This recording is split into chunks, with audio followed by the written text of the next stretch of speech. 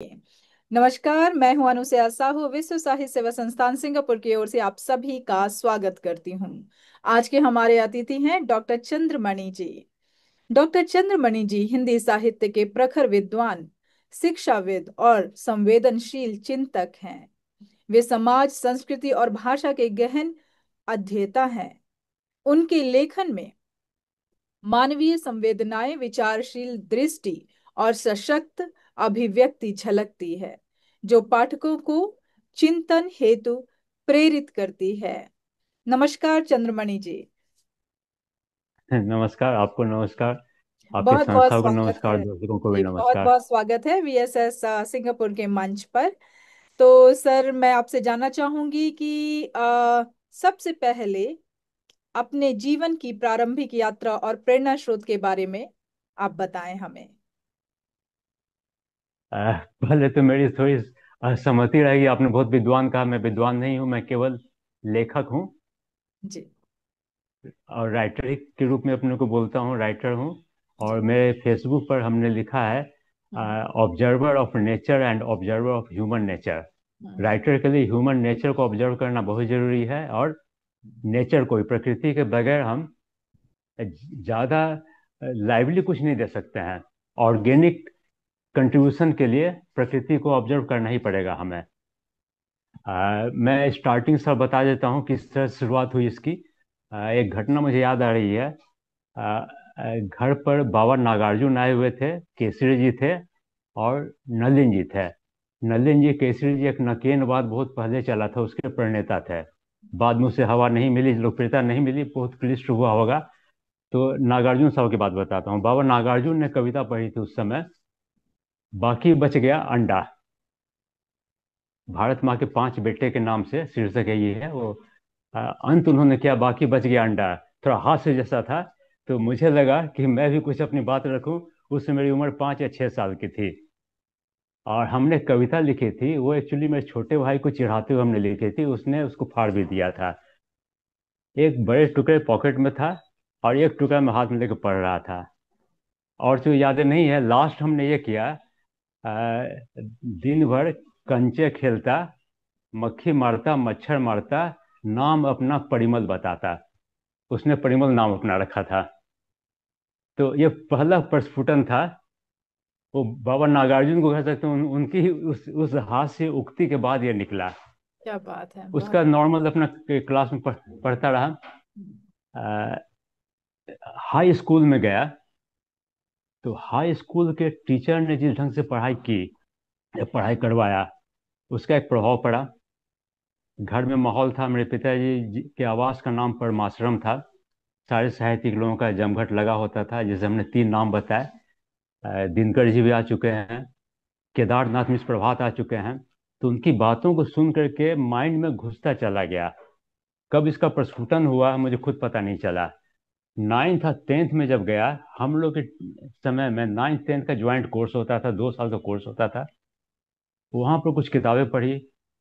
School की library थी, वहाँ पर कीर्ति स्तंभ, आ, गंगा की उत्पत्ति कैसे हुई, उसमें भागीरथ का क्या प्रयास था, ये सब वहाँ पर पुस्तकें थी। मैं पढ़ता उसको पढ़ता गया। उसके बाद 10th का एग्जाम हुआ मेरा। उन दिनों में 10th का एग्जाम बहुत भारी भरकम नहीं होता था, हम्म। लड़के टेंशन में नहीं होते थे। मैं घर गया। हम्म। 16 अप्रैल की बात है। उन दिनों गर्मी बहुत पड़ा होती थी, लू के थपेड़े चला करते थे। मैं घर पर आया, शाम को हल्की हल्की बूंदाबांदी हो गई, और सामने पीपल के 2 पेड़ थे, उससे छन कर आती हुई ठंडी हवा एक अलग सुखद अनुभूति दी। जमगढ़ बैठा हुआ साहित्यकारों को बैठा हुआ था। एक कौन साहित्यकार थे, एक संस्कृत आचार्य थे, उन्होंने कुछ प्रश्न रखे। मेरे पिताजी ने उसका जवाब दिया कि देखो, साहित्य क्या होता है। साहित्य में सत्य होना चाहिए, सुंदर होना चाहिए और शिव होना चाहिए। और सत्यम शिवम सुंदरम की उन्होंने एक व्याख्या की, छोटी सी कहानी बता करके। जैसे एक राजा ने कहा अपने मंत्री से कि एक बहुत सुंदर, एक आर्टिस्ट था, उससे एक बहुत सुंदर मूर्ति बनवा के लाओ जो सत्य हो। उसने एक बेगर भिखारी का बहुत सजीव मूर्ति संगमरमर की बना के लाया उसने। चेहरे पर झुर्री थे, हाथ पर नसें दिख रही थी। लेकिन वो सुंदर नहीं था। इन्होंने कहा कि नहीं, ये सत्य है लेकिन सुंदर नहीं है। सत्य भी हो, सुंदर भी हो। तो नेक्स्ट टाइम उसने एक गायिका का, अप्सरा का ऐसे फोटो बना के लाया उसने। बिल्कुल सजीव था वो। झीने वस्त्र थे उसके। राजा ने इस पर सहमति दिखाई। उसने कलाकार से कहा और अपने मंत्री को भी बताया, क्या तुम इसे अपनी कन्या के साथ बैठ कर देख सकते हो? मुझे सुंदर भी चाहिए और जो मंगलकारी हो, शिव हो। इसके बाद में उसने बाग देवी का, सरस्वती माँ का एक संगमरमर, व्हाइट संगमरमर का एक तस्वीर लेकर आया। उसे खोला गया, सब वाह वाह कह उठे। तो ये पहला संकेत था साहित्य कैसा होना चाहिए मेरे लिए। बाकी तो विद्वान लोग थे, समझ रहे थे। ये मेरे मस्तिष्क में ये कि एक जगह बना चुका था, साहित्य हमेशा सत्य, शिव और सुंदर होना चाहिए। सत्य जरूर हो, सुंदरता भी हो, शिवम भी हो। उसके बाद से सारे साहित्य को, सारे किताब को, आर्टिस्टों के हाव भाव को, उनकी कंट्रीब्यूशन को मैं इसी पैमाने पर देखता आया। उसके बाद उन दिनों मैट्रिक एग्जाम के बाद 3 या 4 महीने का टाइम फुल मिलता था। पिताजी ने किताब ला कर दिया। विवेकानंद की ऑटोबायोग्राफी थी, उनके गुरु शिष्य स्वामी प्रेमानंद द्वारा लिखी हुई। वो करीब करीब 300 साढ़े 300 पेज की थी, हिंदी में थी। उसको हमने पढ़ा, करीब 1 महीना टाइम लगा। इसके बाद पिताजी मुझे लेके गए एक लाइब्रेरी, बहुत रिच लाइब्रेरी था वहाँ का। वहाँ उन्होंने मुझे एक किताब दी, Frontiers of Astronomy, doctor Fred Hoyle का। 1955 की लिखी हुई किताब थी वो। और उसमें 422 पेज थे, इतना पेज की मुझे याद है। मैं उसको पढ़ता, बहुत चीज़ समझ में नहीं आई, बहुत चीज़ विस्मृत करता गया। तो उसके बाद एक एक मैं श्लोक की 2 लाइन पढ़ता हूँ, इसका उससे कनेक्शन है। पूर्णमदः पूर्णमिदं पूर्णात् पूर्णमुदच्यते पूर्णस्य पूर्णमादाय पूर्णमेवावशिष्यते। इन्होंने कॉन्सेप्ट दिया, ब्रह्मांड कैसे बना है, इसको एक्सप्लेन करने की कोशिश किया उसमें अपने थ्योरी के आधार पर। पहले था कि बिग बैंग हुआ, अचानक विस्फोट हुआ और उससे सारी सृष्टि बनी। इनका पॉइंट था कि नहीं, सृष्टि यथावत है, सृष्टि फैल रहा है। फैलने के क्रम में जो जगह बच रहा है, वहां पर नए तत्वों का निर्माण हो रहा है, नए ग्रहों का निर्माण हो रहा है। तो ये जो पूर्ण मदः पूर्ण मिदम, ब्रह्मांड पूर्ण है, उससे निकली हुई सृष्टि पूर्ण है। इसके बाद ही ब्रह्मांड पूर्ण है, सृष्टि भी पूर्ण है। इस पूर्ण में कुछ और जाएगा तो भी पूर्ण होगा, पूर्ण से कुछ निकलेगा तो भी पूर्ण होगा। तो ये जो संस्कृत का उपनिषद का श्लोक है, इसका एक रिफ्लेक्शन वहां पर मुझे मिला। उसके बाद हम हायर मैथमेटिक्स में एक इन्फिनिटी का कॉन्सेप्ट आता है। ये सब सिमिलर था। ये पूर्ण मदह वाला जो कॉन्सेप्ट है, तीनों जगह पर वो फिट बैठता है।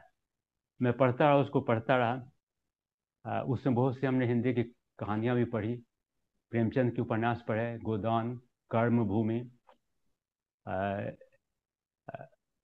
रांगे राघव। एक उन दिनों एक उपन्यासकार थे, रांगे राघव। अ, कई एक थे, उसमें बताता हूँ, श्रीपूजन सहाय, भगवती प्रसाद वर्मा। ये ऐतिहासिक उपन्यास लिखते थे। तो इन सब को पढ़ने के बाद एक दृष्टि डेवलप ये की, साहित्य क्या होना चाहिए। तुम इस पैमाने पर सबको देखने लगा। तो सत्यम शिवम सुंदरम का पैमाना भी था। तो ये प्रारंभिक जो प्रेरणा मिलती है वहां से मिली। उसका कॉलेज में गया, कॉलेज में मैं इन चीज़ों का स्टडी करता रहा। कॉलेज में जब फर्स्ट डे था, पिताजी ने बताया कि इसे डायरी में लिखो, क्या तुम्हारा अनुभव हुआ। जब डायरी लेके गया उनके पास, उन्होंने बताया कॉलेज में प्रतिभाओं की टकराहट होती है। अलग अलग तरीके से लोग आते हैं, अलग तरह से लोग आते हैं, अलग अलग बैकग्राउंड के लोग होते हैं, कुछ कुछ बोलेंगे, कुछ बोलेंगे। तो इनकी टकराहट होती है, तो उससे तुम्हें सीखना है, उसमें फंसना नहीं है। मैं एक और एग्जाम्पल बताता हूँ। उन्हीं दिनों एक मनोज शर्मा नाम का स्टूडेंट था, फ्रेंड ही बाद में बन गया। 2 किताब लिए हुआ था, एक फिजिक्स का, केमिस्ट्री का। उससे जब बात की थी, बोला कि इससे मैं आज शाम तक मैं एक खत्म करूंगा, दूसरा सेकंड डे खत्म करूंगा। मेरे माइंड में स्ट्राइक किया, इससे और कुछ काम नहीं है। केमिस्ट्री और फिजिक्स की एक फुल किताब एक दिन खत्म करना, 2 दिन पूरे को खत्म करना ह्यूमनली पॉसिबल नहीं होता है। तो हमने कहा ये सनकी है क्या।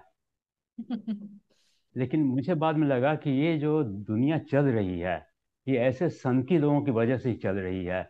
उसने पूरे 2 किताब पढ़े, फिर मुझे हुआ कि नहीं, जब फ्रेड हॉयल की किताब पढ़ सकता हूँ तो मैं भी केमिस्ट्री फिजिक्स को पढ़ सकता हूँ इस तरह से। उसके बाद एक कॉलेज में जेएन हम लोग कहते थे, डॉक्टर जगदीश नारायण, उनकी हिंदी की क्लास होती थी। सारे साइंस के लड़के उनके क्लास को सुनते थे, पूरा अटेंड करते थे। दो और एक मैडम थी, उनकी क्लास को लोग अटेंड नहीं करते थे, ऐसे ही निकल जाते थे। हम लोग क्या करते थे, इनके क्लास को बचा कर रखते थे, मैडम की क्लास को नहीं देख पाते थे। तो अटेंडेंस का परसेंटेज होता था, हम लोग उस एक अपना आगे क्लास के लिए उसको सिक्योर कर लेते थे, कितना परसेंटेज हुआ, 60%, 70%। और जो टाइम मिले हम लोग डॉक्टर जगदीश नारायण के क्लास को अटेंड करते थे। उन्होंने एक नया कॉन्सेप्ट दिया, चितवन की छाँव। एक वो लेख थे, उसमें उस लेख में उन्होंने बताया कि लोग पीपल के नीचे जाते हैं ज्ञान लेने के लिए। चितवन शायद मरुभूमि में होता है, या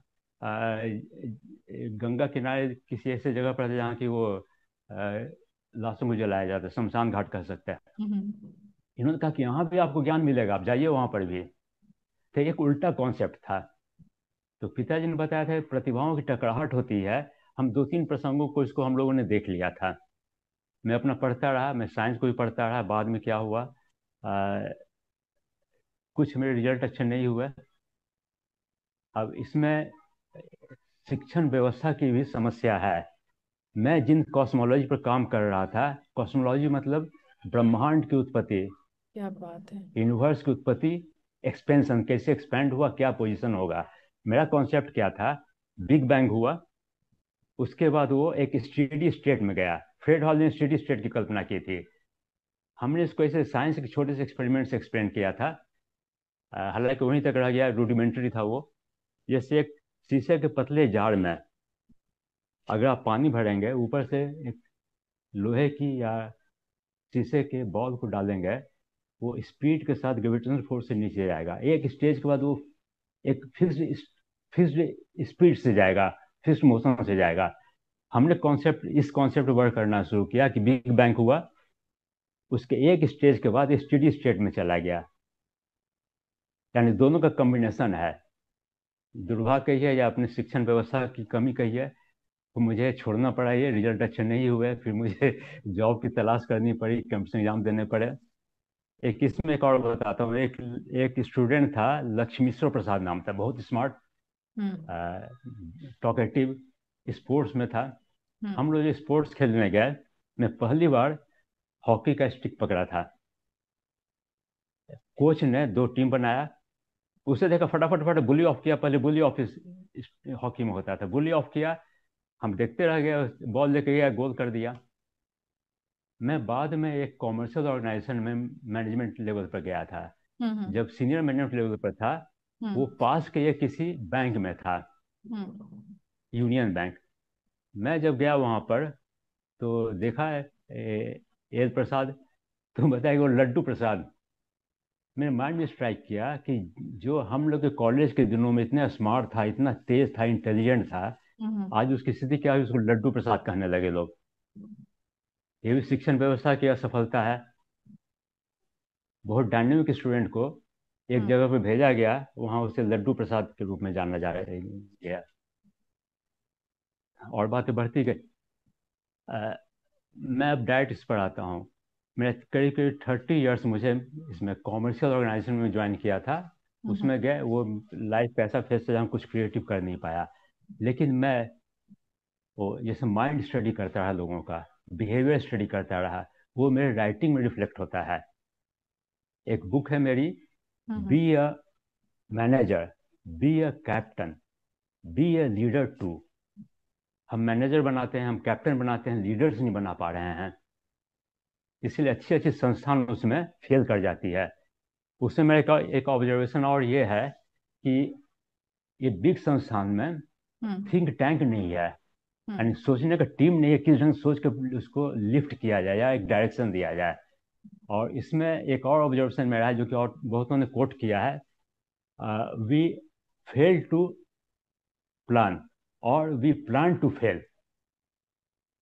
तो बहुत से ऑर्गेनाइजेशन में दोनों चीज होती है, प्लानिंग भी नहीं है और प्लान करते भी हैं तो ऐसा प्लानिंग करते हैं कि वो फेल कर जाए। तो मेरे इस बुक सर, में सारी एक चीज आ सवाल रहे मेरे हैं। जहन में आ रहा हाँ है अभी। मैं आपसे पूछना जी। चाहूंगी कि जैसे आपके दिमाग में चल हाँ रहा था कि यूनिवर्स की उत्पत्ति कैसे हुई, ये इतना हाँ वास्ट विषय है कि अगर एक बार आप इसमें घुस जाएं तो मुझे नहीं लगता कि आप किसी और चीज की तरफ मुख भी मतलब करेंगे सीखने के लिए, हाँ। क्योंकि यस हाँ। जी, ये नासा से जुड़ा हुआ है। मीन्स ब्रह्मांड की खोज करना और चीजों को पता करना, ये अपने आप में एक इतना रहस्यमयी विषय है। तो आप इससे कैसे परे हो गए धीरे धीरे? हाँ, यही तो बताइए, अपनी शिक्षण व्यवस्था की असफलता है या समझिए हमारे समाज ने ऐसे वातावरण, जैसा प्लेटफॉर्म नहीं बनाया। जैसे लक्ष्मीश्वर प्रसाद को लड्डू प्रसाद बना दिया गया, ऐसे मुझे भी असफलता मिली इस चीज में। इसी पर एक आर्टिकल हम मेरा था लिखा हुआ, हम्म। जिसे एक नेशनल लेवल के साइंस साइंस का इंस्टीट्यूट है, उसने बेस्ट ऐसे सेलेक्ट किया था, जिसकी ब्रह्मांड की उत्पत्ति पर ही था वो। उसका हम्म। टाइटल था, क्या ब्रह्मांड अनंत है, अनादि है या सीमित है। ये 75 की बात है। उसके बाद मैं जॉब में चला गया। हम्म। जॉब में कॉमर्शियल जॉब था। वहाँ मैं इन चीज़ों को क्या रिएक्शन में मैं बंद कर दिया। मेरी एक उपन्यास कंप्लीट थी, हम्म। द ग्रेट फादर, बाद में उसे माई ग्रेट फादर, जो कि मेरे पिताजी ने बहुत मुझे प्रेरित किया। आ, उस पर लिखा हुआ था, पहले द ग्रेट आप फादर आप लिखा, बाद में कहाँ उसे से मेरे ग्रेट। बिलोंग करते हैं भारत में? जी। भारत में आप कहाँ से बिलोंग करते हैं, किस क्षेत्र से हैं आप? मैं पटना का हूँ, ओरिजिनली पटना का हूँ। जी। अभी कर्म भूमि करीब 15 20 साल से बॉम्बे बनी हुई है। क्या बात है! तो पटना पटना, में तो बहुत पटना से पढ़ा हूँ मैं। बुद्धिजीवी पाए जाते हैं सर, और आपसे बात करने के बाद भी मुझे ऐसा महसूस हो रहा है कि आप उन्हीं बुद्धिजीवी में से एक बुद्धिजीवी आप हैं। क्योंकि पटना ऐसी भूमि है, बिहार और पटना, कि जहाँ पर बहुत हाईली इंटेलिजेंट लोग मिलते हैं। हम्म। ये वहाँ की एक भूमि डॉक्टर का वशिष्ठ, हाँ। खास रहा है। जी। हाँ, एक डॉक्टर वशिष्ठ नारायण सिंह थे। जी। आ, ये अमेरिका गए, नासा ने बुलाया था। हम्म। अपोलो 13, हम्म। उस समय इतनी डेवलप टेक्नोलॉजी नहीं थी। अपोलो 13 को जब छोड़ा गया, उसमें अचानक सर्वर डाउन हो गया अमेरिका का। हम्म। इसने वहां पर बैठ करके मैनुअल कैलकुलेशन किया। हम्म। हम्म। बाद में 1 घंटे बाद सर्वर आया तो पता चला इनका मैनुअल कैलकुलेशन, हम्म। पाथ का, मोशन का, सारा कंप्यूटराइज उससे मिलता था। लेकिन क्या हुआ, हम अपने हीरे की, डायमंड की पहचान नहीं कर पाते हैं। शायद आपको मालूम होगा, बहुत बुरी हालत में उनकी मृत्यु हुई, कोई देखने वाला नहीं। एक जी। पिक्चर आया था, जो ठेला होता उस पर वो लेटे हुए थे डेथ के समय में, हम्म। जिसे नासा ने पुरस्कृत किया। वहां सिस्टम की हम इनको बहुत सम्मान बड़ी नहीं दे सके। सिस्टम का बहुत बड़ा दुर्भाग्य है कि जो कि अपने दुर्भाग्य है। हीरों को नहीं समझ पा रहे हैं वो, या इस तरह से हीरे मिट्टी में मिल जा रहे हैं, उनका जीवन निकल जा रहा है और उस जीवन से वो कुछ भी हासिल नहीं कर पा रहा है। मतलब देश चाहे तो उनसे और कितना जो समाज को दे पा रहे हैं। समाज को वो दे सकते हैं।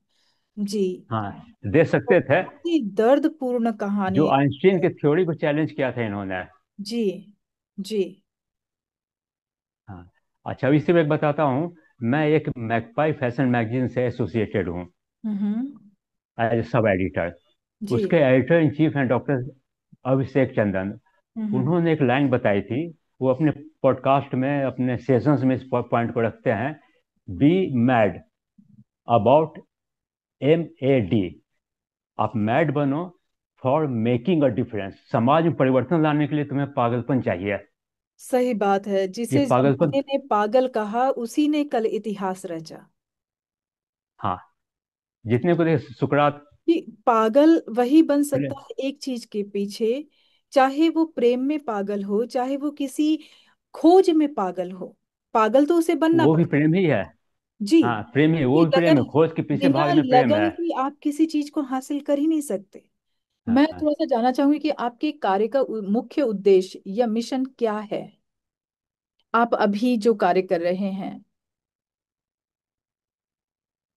हाँ। तो इसमें एक मैं, मेरे पिताजी की एक लाइन है, उससे कोट करता हूँ। जी। रेत के समंदर पर भी छोड़ जा अपने पैरों के निशान। जैसे इस धरती पर आने के बाद जब आप छोड़ कर जाएंगे या फिर आप वापस आएंगे, आप अपने निशान कहाँ ढूंढेंगे? तो क्या आप निशान, उन्हीं इम्प्रिंट निशानों छोड़। में चलेंगे? जी। आप उन्हीं निशानों में चलेंगे जब दोबारा आएंगे? नहीं, हम निशान निशान हम नहीं खोजेंगे, निशान मेरे बाद वाली जनरेशन खोजेगी।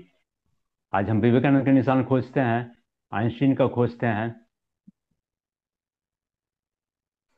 तो उन निशानों को तो छोड़ने के लिए आपने क्या कार्य किया है, क्या किया है? जैसे नहीं, अभी क्या नहीं, अभी कर रहा हूँ। मेरे तो 30-35 साल कॉमर्शियल ऑर्गेनाइजेशन में था। वो हम्म। ठीक था, उसका एक पर्पस था। अ, उसके बाद मैं री इन्वेंट किया अपने को। उस री इन्वेंशन में बहुत से कार्य हो रहे हैं। जैसे एक बुक है मेरी, अ, इसमें यह है, कवर पेज है इसका। हम्म। Dear designer, be designer of your destiny. ये मैं को ऑथर हूँ, डॉक्टर अभिषेक इसके ऑथर हैं। हम्म। चूंकि फैशन डिजाइनिंग के वो मास्टर हैं, उस मैगजीन को चलाते हैं। उसके बाद उन्होंने जो स्पीच दिए, मोटिवेट किए, मैं भी बहुत बार गया, सेशंस में पार्टिसिपेट किया। क्या डायरेक्शन होना चाहिए यूथ के लिए? यूथ खुद अपना मार्ग प्रशस्त करें। बड़े डिफरेंट हैं आपके हॉबीज सर। जब आपने पहले बात की तो आपने ब्रह्मांड के बारे में बताया, तो मुझे ऐसा लगा कि शायद आपने उससे संबंधित बहुत कुछ खोजा होगा। या आपने कहा कि शिक्षा व्यवस्था नहीं आपकी सहायक बन पाई, इस वजह से आप उस लाइन में नहीं जा पाए। परंतु फैशन डिजाइनिंग में और जिस तरह से आप कह रहे हैं कि योगा या जो ओश की बूंदों पर चलना और उसके लाभ आपने जो लिखे हैं, जिस पर किताबें लिखी हैं, ये बिल्कुल ही अलग डाइवर्स है, डाइवर्स है, जी डाइवर्स हो जी सकता है। जी। जैसे हमने बताया था, ओशो, हम्म। रजनीश के 150 बुक्स उन्होंने अध्ययन किए थे। जी जी। सारे एक सब्जेक्ट के नहीं हो सकते हैं, हम्म। डाइवर्स था। अच्छा, आप जब डाइवर्स रखिएगा, हम्म। यानी अपने विंडो को ओपन रखिएगा, अच्छी बातें, जो विचार हैं सारे कलेक्ट होता रहे आपके अंदर, हम्म। तो इसमें डाइवर्सिटी आएगी। हम्म।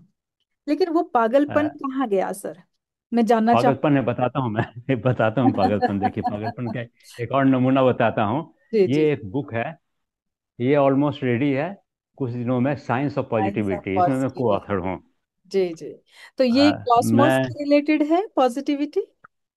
नहीं, वो कॉस्मोस का एक छोटा सा पार्ट बताता हूँ क्या है। हम्म। ये डॉक्टर सचित्र हैं, हम्म। इनके साथ मैं को ऑथर हूँ।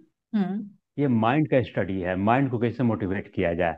हम्म। और ब्रह्मांड और माइंड में बहुत सिमिलरिटी है, एक हम्म। रूपता है। हम्म। जैसे वो सोचता है, हम्म। ऐसी माइंड हम सोच करके इस अपना इस संसार इस यहाँ टॉपिक बनाते के हैं। बारे में मैं विस्तार से आपसे जानना चाहूंगी सर, हाँ, विस्तार से। बताता हूँ मैं। जी। मेरा भी पर्पस क्या है, वो तो हम्म। ब्रह्मांड का चैप्टर लगभग खत्म हो चुका है। हम्म। अभी एक कैलिफोर्निया इंस्टीट्यूट ऑफ टेक्नोलॉजी से एक साइंटिस्ट आए थे, हम्म। TIFR में, Tata Institute of Fundamental Research. हम्म।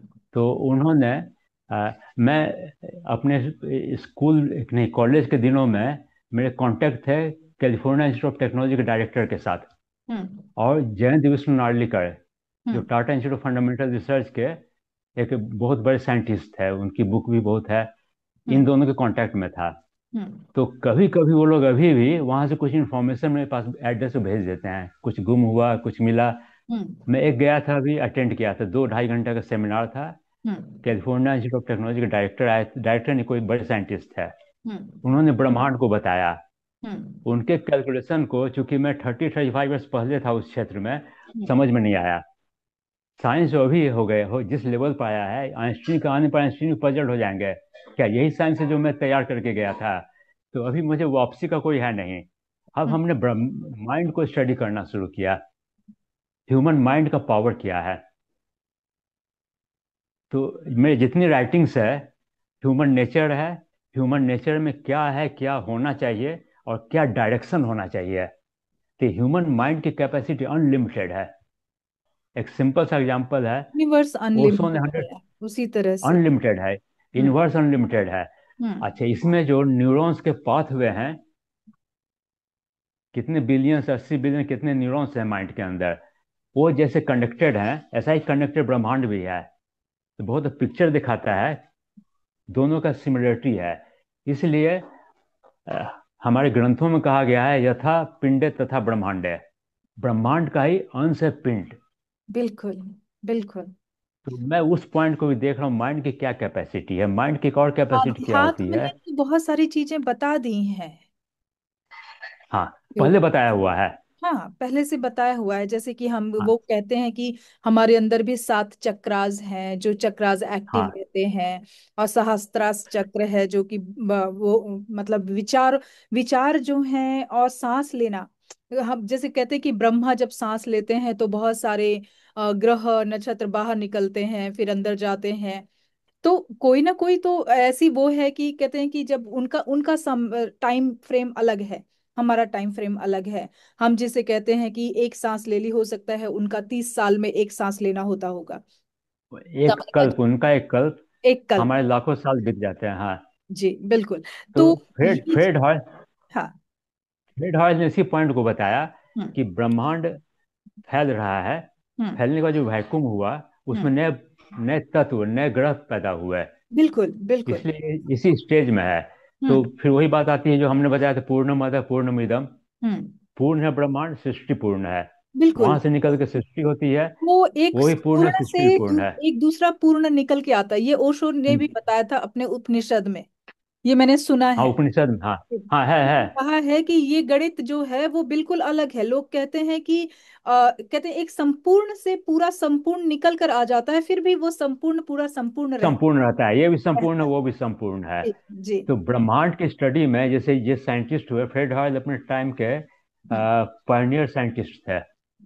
ये बिल्कुल वैसा ही है सर कि बीज के अंदर से, जैसे बीज के अंदर से एक वृक्ष निकलता है और वृक्ष में हजारों बीज निकल कर आते हैं, और यस वो यस, भी हाँ। संपूर्ण होते वृक्ष भी हैं। पूर्ण है।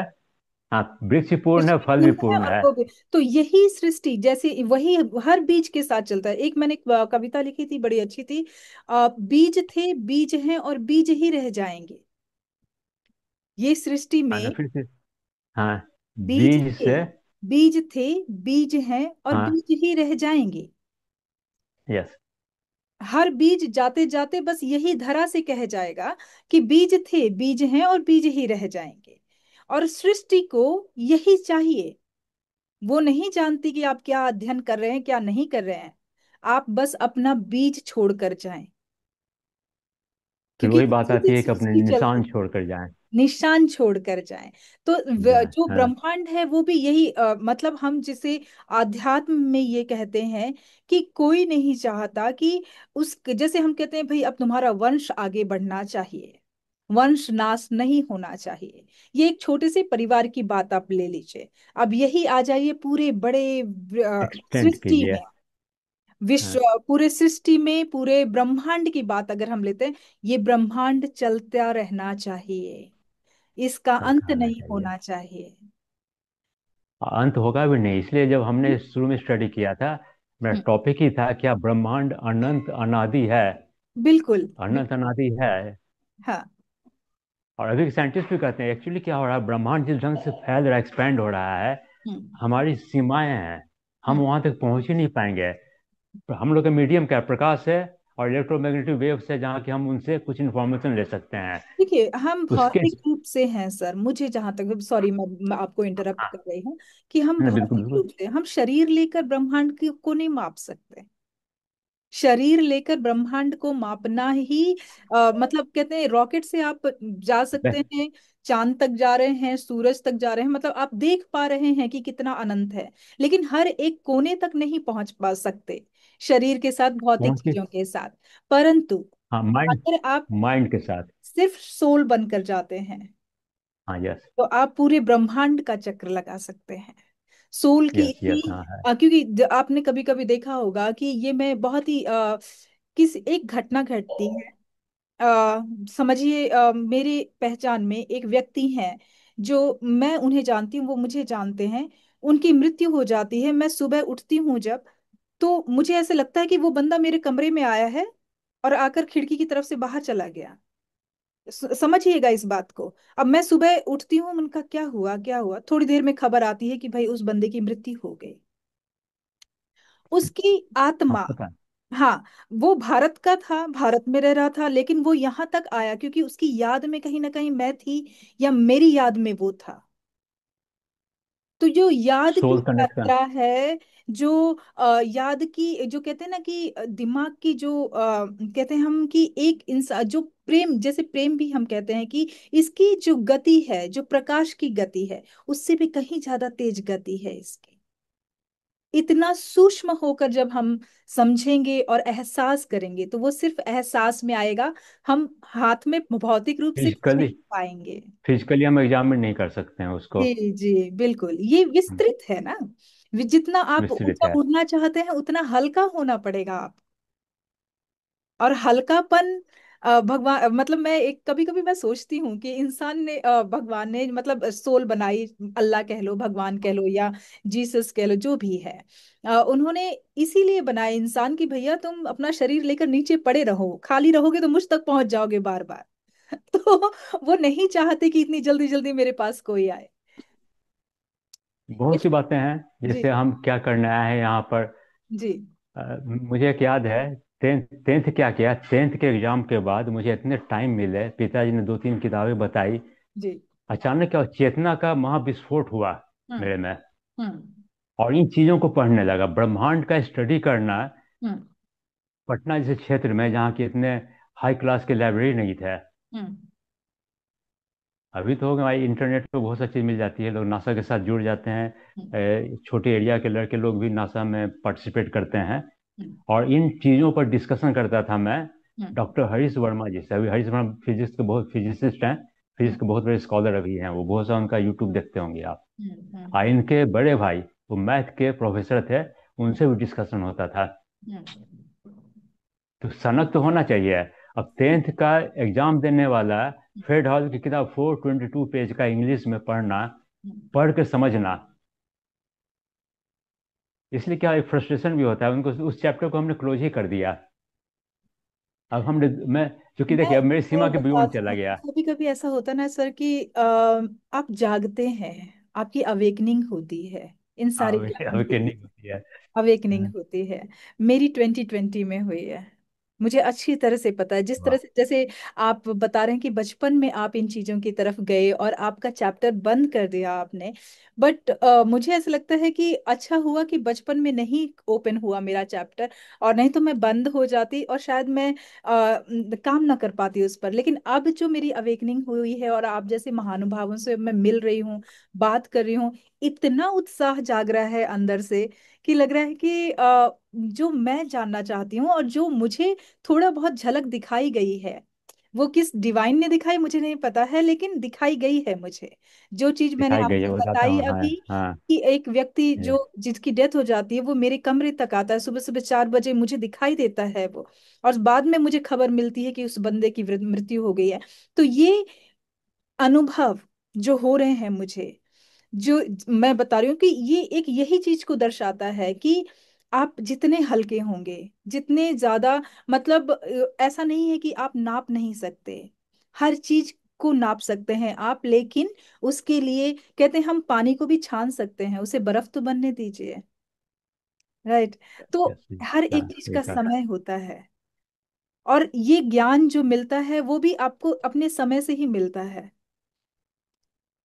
और नियति भी एक है, जैसे हमने तो हाँ, लेकिन नियति में क्या होता है, आपका पुरुषार्थ है। आप जी पुरुषार्थ से अपनी नियति को भी बदल सकते हैं। जी। जैसे जो बुक है, हाँ be be designer of your destiny. आप जी खुद डिजाइन कर सकते हैं सबके बावजूद। हठ योग होता है, आप भगवान के सामने हठ करते हैं, जैसे बच्चा करता है अपनी माँ के सामने। बिल्कुल। वहां से आप अपनी बात मनवा सकते हैं।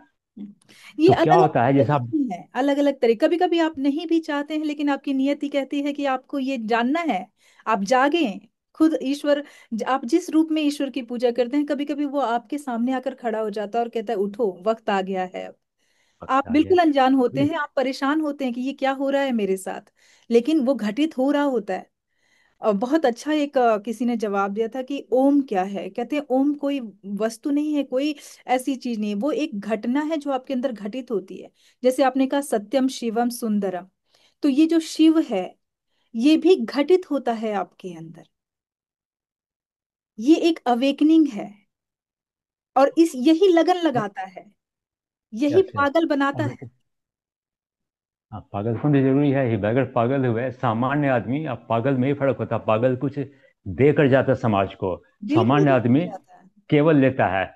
बिल्कुल। अभी कल मेरी किसी से बात हो रही थी, जो मैंने पिछला अभी इंटरव्यू लिया था, तो उन्होंने कहा कि ऐसे ही कि हम क्यों ये दिन मनाते हैं, करवा चौथ हो गया या वैलेंटाइन डे हो गया। तो मैंने कहा सर देखिए, लैला मजनू है, हीर रांझा है, जो भी हैं, कहीं ना कहीं अपनी लगन में पागल थे, वो नाम कर गए। आपको वो विषय छोटा लग रहा है, लेकिन उनको खुदा, उनको भगवान मिल गया उसमें, पा लिया उन्होंने जो अच्छा। पाना था उनको। तो उनको हम्म। तो लोग याद रखेंगे ही, चाहे वो साइंस का विषय हो, चाहे प्रेम का विषय हो, चाहे साहित्य का विषय हो, जिसने पागलपन से कार्य किया है उसे समाज ने याद रखा है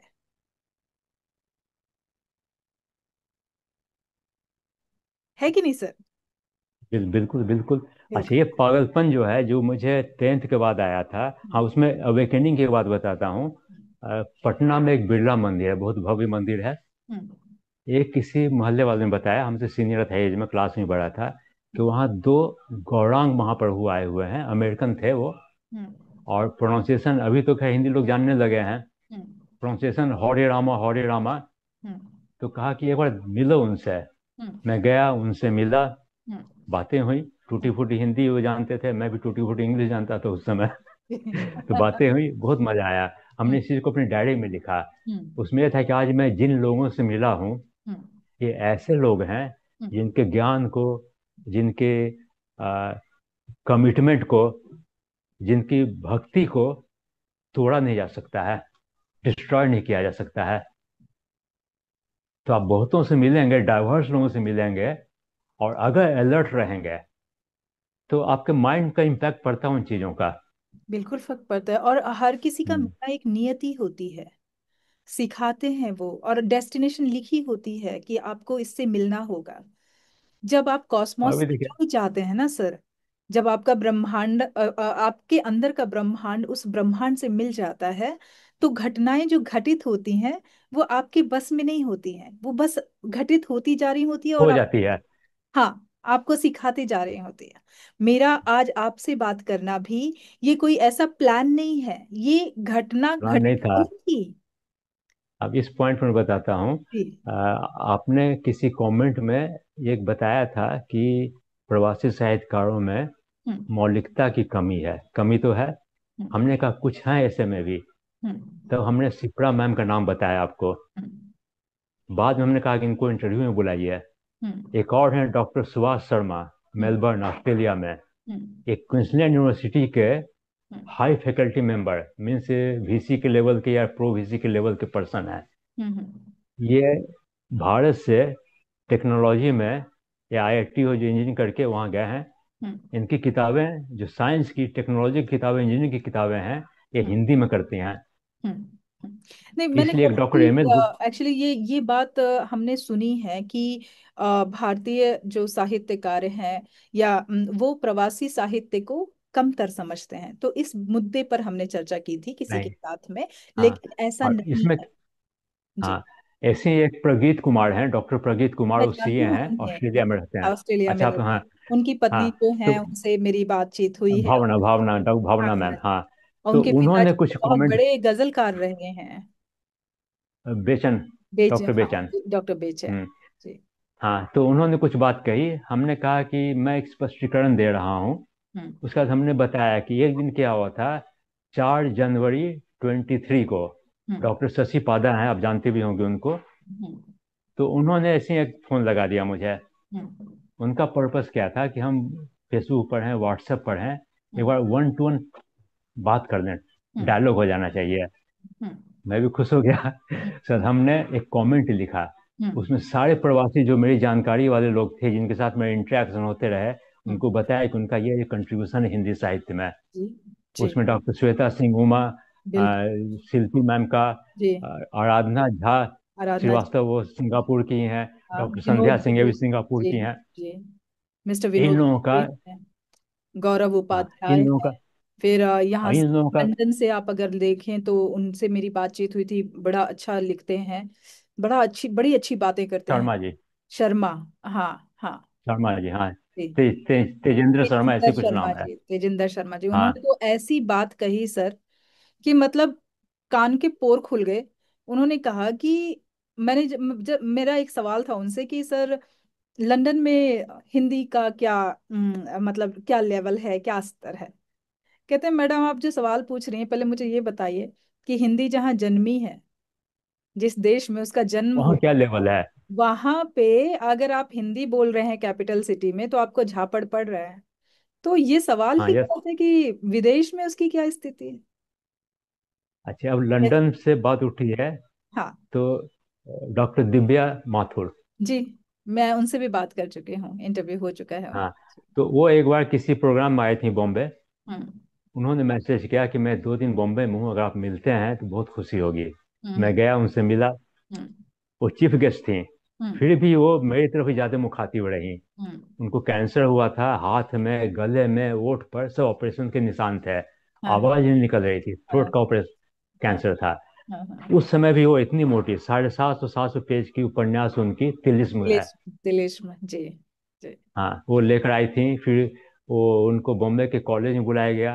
हम्म तो उन्होंने फिर मैसेज किया कि मैं प्रोग्राम यहाँ है। मैं गया, उनसे मिला, बातचीत हुई। हम्म तो लंदन में तो एक व्यक्ति वो तेजेंद्र शर्मा जी का हुआ, इनका हुआ, एक आशीष मिश्रा जी हैं। जी। ऐसे कई एक और हैं।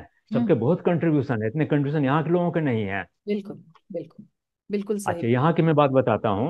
हम्म मैं जो बताया था द ग्रेट फादर लिखा था, ये मैं 70s में पूरा किया था इसको। अच्छा। थॉट्स का जो प्रोसेस है, मेरा जो आपके एक्सपेंशन अंदर है क्या स्टडी चीजें का। थी, आपके पिताजी के बारे में था या किसी और चीज की, जो पिता नहीं, मतलब एक जन्मदाता के बारे कहानी है। में। हम्म एक कहानी है, हम्म उपन्यास है। हम्म प्रेरणा मेरे पिताजी से मिली है, इसलिए हमने उनको समर्पित किया था ये ग्रेट। अब देखिए, जो 10th में हम्म, आपको फ्रेड हॉयल की किताब पढ़ने के लिए प्रेरित करें, हम्म, विवेकानंद को पढ़ने के लिए प्रेरित करें, कितने गार्जियन कर पाते हैं? बिल्कुल बिल्कुल नहीं करते हैं, करने वाले करते हैं। ठीक है, हम अपने टाइम में नहीं देख पाए थे, अभी तो सिचुएशन 30-40 ईयर्स में बहुत बदल गया। बदल गए हैं तो जी। हमने उनको समर्पित किया था वो। हम्म लेकिन एग्जाम की असफलता ने हम्म अचानक एक डाइवर्ट कर दिया मुझे। सर एक फेलियर से फिर आपने अपना रुख क्यों मोड़ लिया, आपको अब बिल्कुल अलग बदल दिया। ट्राई करना चाहिए। रिएक्शन, रिएक्शन, रिएक्शन, सोसाइटी के प्रति विद्रोह, रिएक्शन। ओहो हो। जो लक्ष्मीश्वर प्रसाद को लड्डू प्रसाद बना सकता है, इतना इंटेलिजेंट लड़का, हम्म साइंस कॉलेज में मार्क्स बेसिस पे एडमिशन होता था। है कि उसमें एडमिशन होना ही अपने आप में क्वालिफिकेशन है। वही है कि जगह सही ना हो ना तो किसी भी चीज की कीमत नहीं पता चलती है। अब डॉक्टर वशिष्ठ नारायण सिंह, हम्म ये जब फर्स्ट ईयर में एडमिशन हुआ था, हम्म टीचर ने कुछ प्रॉब्लम दिया। कुछ हम्म प्रॉब्लम टीचर ने बताया। हम्म इन्होंने कहा कि नहीं, मैं इसे इसे बेहतर वे में बता सकता हूँ। हम्म टीचर जो एमएससी डॉक्टरेट किया रहा था मैथमेटिक्स का, हम्म उसको एक फर्स्ट ईयर लड़का बता रहा है। हम्म फिर एक ईगो होता है, उन्होंने कुछ बोला होगा, हम्म उन्होंने हम्म कई, उसको बुला करके इंटरव्यू लिया गया। उसको स्पेशल बीएससी का परमिशन दिया गया एग्जाम देने का। उस एग्जाम में टॉपर हुआ वो। और उस समय पटना का रेपुटेशन ऐसा था कि अमेरिका कॉल किया उनको और हम्म बताया था अपोलो 13 का जो मैप था, जो मोशन था, डायरेक्शन था, सारा उन्होंने, वहाँ के सर्वर जो फेल हुआ, मैनुअल कैलकुलेट करके बताया उन्होंने। अब हम्म सर्वर आया, सेम मिला। इस ब्रेन को हम लोगों ने क्या किया, हमने उनको चिकित्सा नहीं प्रोवाइड करवाया। उनकी मृत्यु हुई है, मृत्यु के बाद वो जो ठेला फल का होता है उस पर वो लेटे हुए थे। ये ये बहुत दुर्भाग्य है देश बड़ा का। दुर्भाग्य है, बहुत दुर्भाग्य। और ये हम्म। दुर्भाग्य खत्म नहीं हो रहा है अभी भी नहीं, कुछ है। चांस ही नहीं है।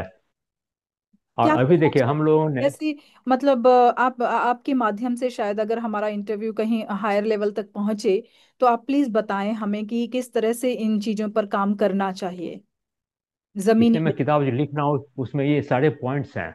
जी। अच्छा, फिर मैं देखिए कुछ और पंक्तियां हैं कवि के रूप में। हमने कविता को भी बंद किया, साइंस को भी बंद किया। हम्म उसके बाद अभी इसको री इन्वेंट किया अपने को। तो कुछ कुछ पंक्तियां हैं जो कॉलेज के दिनों में भी थी, हम्म स्कूल के दिनों में भी थी।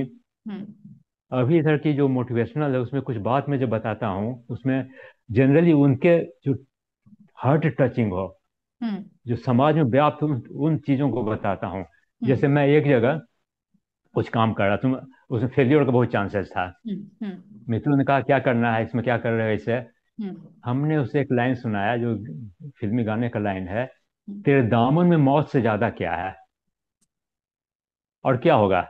हम्म। हम काम ज्यादा से करेंगे ज्यादा। इसको। हाँ हाँ। तो ज्यादा से ये ज्यादा। सब संकल्प लेके चलना पड़ेगा आपको। जी। जी। जी। ऐसी बहुत सी बातें हैं।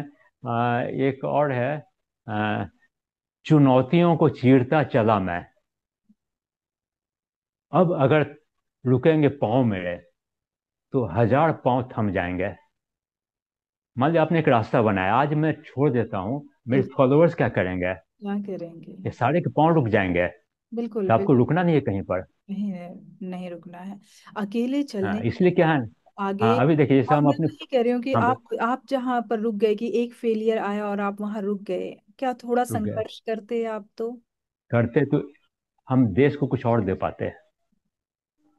और इस चीज का मलाल मेरा जो आपको रहा अभी तक है। रहा ही शायद उसके बाद वाले जन्म में भी रहेगा। इसलिए मैं अपने निशान छोड़ के जाना चाहता हूँ, बाद में कोई आकर खोजूंगा उसे, या मेरे फॉलोअर्स खोजेंगे। जी। नहीं तो मैं चाह रही हूँ कि आप थोड़े पॉइंट्स इस तरह के बताएं, जैसे कि अभी आपने मुझे बताया कि मतलब आगे चलना है, लेकिन क्या है कि कठिन तो है रास्ता, बहुत कठिन है। अब देख, बहुत कठिन, इसमें एग्जांपल देता हूँ। एक जिम वाल्वोनो अमेरिका के हैं, थे। हम्म। हम्म। वो कोच थे स्पोर्ट्स के। हम्म। उसके पहले कहीं और जगह थे। जब स्पोर्ट्स के कोच बन के आए तो उन्होंने नए नए आयाम स्थापित किए, नए डायमेंशन दिए। हम्म। अनफॉर्चुनेटली यंग एज में उन्हें कैंसर हुआ। इन्होंने कहा कि इस कैंसर का इलाज उसमें नहीं था, मेडिकल ट्रीटमेंट तो डेवलप होता जाता है हमेशा। हम्म। उनको एक लगभग आजकल में स्थिति थी, अब 45 डेज का टाइम दिया हुआ था, 45 डेज ही लाइफ इनका है। हम्म। उन्होंने इसी बीच एक फंड बनाया। उसके लिए फंड रेजिंग के लिए वो इस अवस्था में भी जानने लगे। लोगों ने समझा कि बैठे हुए हैं, आएंगे 2 मिनट बोलेंगे निकल जाएंगे। $200 बिलियन कलेक्शन उस समय हो गया था। ये गए वहां पर, मंच पर, उन्होंने 1 घंटा से ऊपर भाषण दिया। जो बैठ नहीं सकता था 5 मिनट, इसको ड्राइव कौन करता है, पुश कौन करता है। उन्होंने एक शॉर्ट लाइन में बताया कि never give up, never ever give up, कभी मत छोड़ो। बिल्कुल हार नहीं माननी चाहिए। आपको देखिए कुछ ना कुछ तो मंत्र लेकर चलने पड़ेंगे सर। वही अंदर आपके ज्योत जलाती है। शरीर काम नहीं कर रहा ओके, है फिर अच्छा। भी आप खड़े होकर काम कर पा रहे हैं। इसका अर्थ है कि कोई शक्ति और है जो बीमार, मतलब शरीर के सहारे नहीं है आप। तो एक वो बात माइंड के सहारे है, माइंड। माइंड के सहारे हैं। लेकिन माइंड के अगर सहारे। आप अपनी कही हुई बात, जैसे मेरा मानना है कि जहाँ चाह है वहां राह है। मैं बता रही हूँ कि मेरी चाह थी कि मैं एक न्यूज़ रीडर बनूं। ये कब की, 10th 12th में जब मैं थी, तब की बात मैं बता रही हूँ। लेकिन परिस्थितियां ऐसी रही कि मैं एमबीए एचआर सब कर लिया, लेकिन न्यूज़ रीडर नहीं बन पाई। मैंने कोर्स किया, सब चीज़ किया, फिर फैमिली में फंस गई और मैं यहाँ सिंगापुर आ गई। अब मेरे बच्चे बड़े बड़े हो गए। मुझे नहीं पता चला कि आफ्टर 2020 मैं कब लोगों से बात करने लगी, और एक तरह से मैं न्यूज़ रीडर, मतलब बातचीत करना जो मेरी हॉबी था, और वो मेरे लिए एक ऐसा काम कर रहा है जो मेरे मुझे अंदर से इतनी ताकत दे रहा है। तो आपकी दी मतलब जहां चाह है वहां राह जरूर है। आपको बस हाँ, सोचना। लेकिन कब होगा, जब आप संघर्ष करते रहेंगे। बिल्कुल। अगर पलायनवादी हो जाएंगे तो राह नहीं निकलेगा। नहीं, फिर तो शिकायतें ही रह पाएंगी। अगर आप पलायनवादी हाँ, हो जाते हैं, आप राह में, आप प्रयास नहीं करते, तो कैसे निकल पाएंगे आप उस रास्ते पर। प्रयास तो उसकी इसलिए पहली पुरुषार्थ, चीज है। इसलिए पुरुषार्थ एक इम्पोर्टेंट और पॉइंट है। साथ में पुरुषार्थ करना ही पड़ेगा आपको। बिल्कुल करना पड़ेगा। आप नहीं जानते क्या होगा। इसलिए क्या है, गीता के एक बहुत कोट किया है तो सही ढंग से प्रेजेंट नहीं किया जाता है। फल की चिंता मत करो, ये बात नहीं है। उसको हमने सिंप्लीफाई ऐसे किया है, to do your duty without being affected by the outcome. Correct. Outcome से आपको प्रभावित नहीं होना है, आप अपना काम करते चलिए। करेक्ट। उसको थोड़ा सा फिल्मी लैंग्वेज में था आसान और बना दिया जाता है, जो एक्चुअली वो फैक्ट नहीं होता है। हाँ, अब मैं आता हूँ इसमें, माइंड का स्टडी मैं करते रहता जी हूँ। जी। आ, जैसे यहाँ पर स्पिरिचुअल लीडर्स भी आते हैं, हम्म मैं उनका अटेंड करता हूँ, समझता हूँ कि ये क्या बोल रहे हैं, कहाँ से बोल रहे हैं, हम्म प्रोफेशनल हैं या हम्म। दिल से बोल रहे हैं। जब दिल से बोली जाती है वो दिल तक जाती है बात, दिल तक जाती है बात, बिल्कुल सही कह रहे हैं आप। मैकेनिकल वे में नहीं जाता है। नहीं नहीं, मैकेनिकल वे, जब तक आप उस चीज को अनुभव नहीं करेंगे, जब तक फील नहीं करेंगे, फील के बिना कोई भी चीज, जब मैं आपसे बात कर रही हूँ और बात करते वक्त अगर मेरे चेहरे पर वो एक्सप्रेशंस आ रहे हैं कि हाँ मैं दिल से बात कर रही हूँ, तभी आपके चेहरे पर मुस्कान आ पाती है। जब आप बोलते हैं अनुभव के साथ और दिल से, तब मैं समझ पाती हूँ और मैं, दिमाग में एक बिजली सी जलती है। तो ये चीज बहुत यस। जरूरी है, ये कनेक्शन बहुत जरूरी है श्रोता और वक्ता के बीच। देखिए क्या होता है, मिरर मैपिंग। हम्म प्रोटॉन छोटा सा एक पॉइंट है, उसको डाइवर्ट, दो पार्ट में भागा, डिवाइड किया गया, किधर रखा गया, काफी दूर रखा गया। इस प्रोटॉन के जो रिएक्शन था, ये उसके दूसरे साथी का भी था। हम्म तो कनेक्शन ऐसे जुड़ते हैं, हम्म। तत्वों के जुड़ते हैं, माइंड के जुड़ते हैं। अब माइंड तो न्यूरल पाथवे बनाता है। जैसे हम टेलीपैथी वगैरह, क्या था पहले लोग टेलीपैथी को हाथ में उड़ा देते थे, आज तो इस पर एक्सपेरिमेंट हो रहे हैं। पहले भी नहीं उड़ाते थे सर, जो लोग उड़ाने वाले हैं वो तो किसी भी चीज को हादसे में उड़ाते हैं। हाँ हाँ, परंतु टेलीपैथी को पहले भी बहुत माना जाता था, और टेलीपैथी ये बहुत बड़ा कार्य करती है। इसके बलबूते पर, जैसे आप बहुत सारे ऐसे लोग हैं जिनको आभास हुए हैं चीजों के पहले से, ये टेलीपैथी के थ्रू ही हुआ है। और इवन पर ईश्वर भी, जो कॉस्मोस है वो भी, यूनिवर्स भी अपना कार्य टेलीपैथी के थ्रू ही करता है। जो अनुभव हम कहते हैं, अनुभव या एक एहसास हो जाना। मेरी दादी थी, बहुत छोटा सा एक एग्जाम्पल मैं बताती हूँ आपको, कि दादी को जाना था, उनकी मृत्यु होने वाली थी और नेचुरल मृत्यु हुई थी। उनको आभास था या नहीं था पता नहीं, लेकिन वो बातें ऐसे करने लगी थी कि अपने बेटे से कहती हैं कि बेटा 11 बजे तक आ जाना। एग्जैक्ट 11 बजे उनकी मृत्यु हुई। और जैसे ही बेटे तक खबर पहुंची, मेरे पिताजी तक, और वो समझ गए, कहते हैं मतलब माँ चली गई।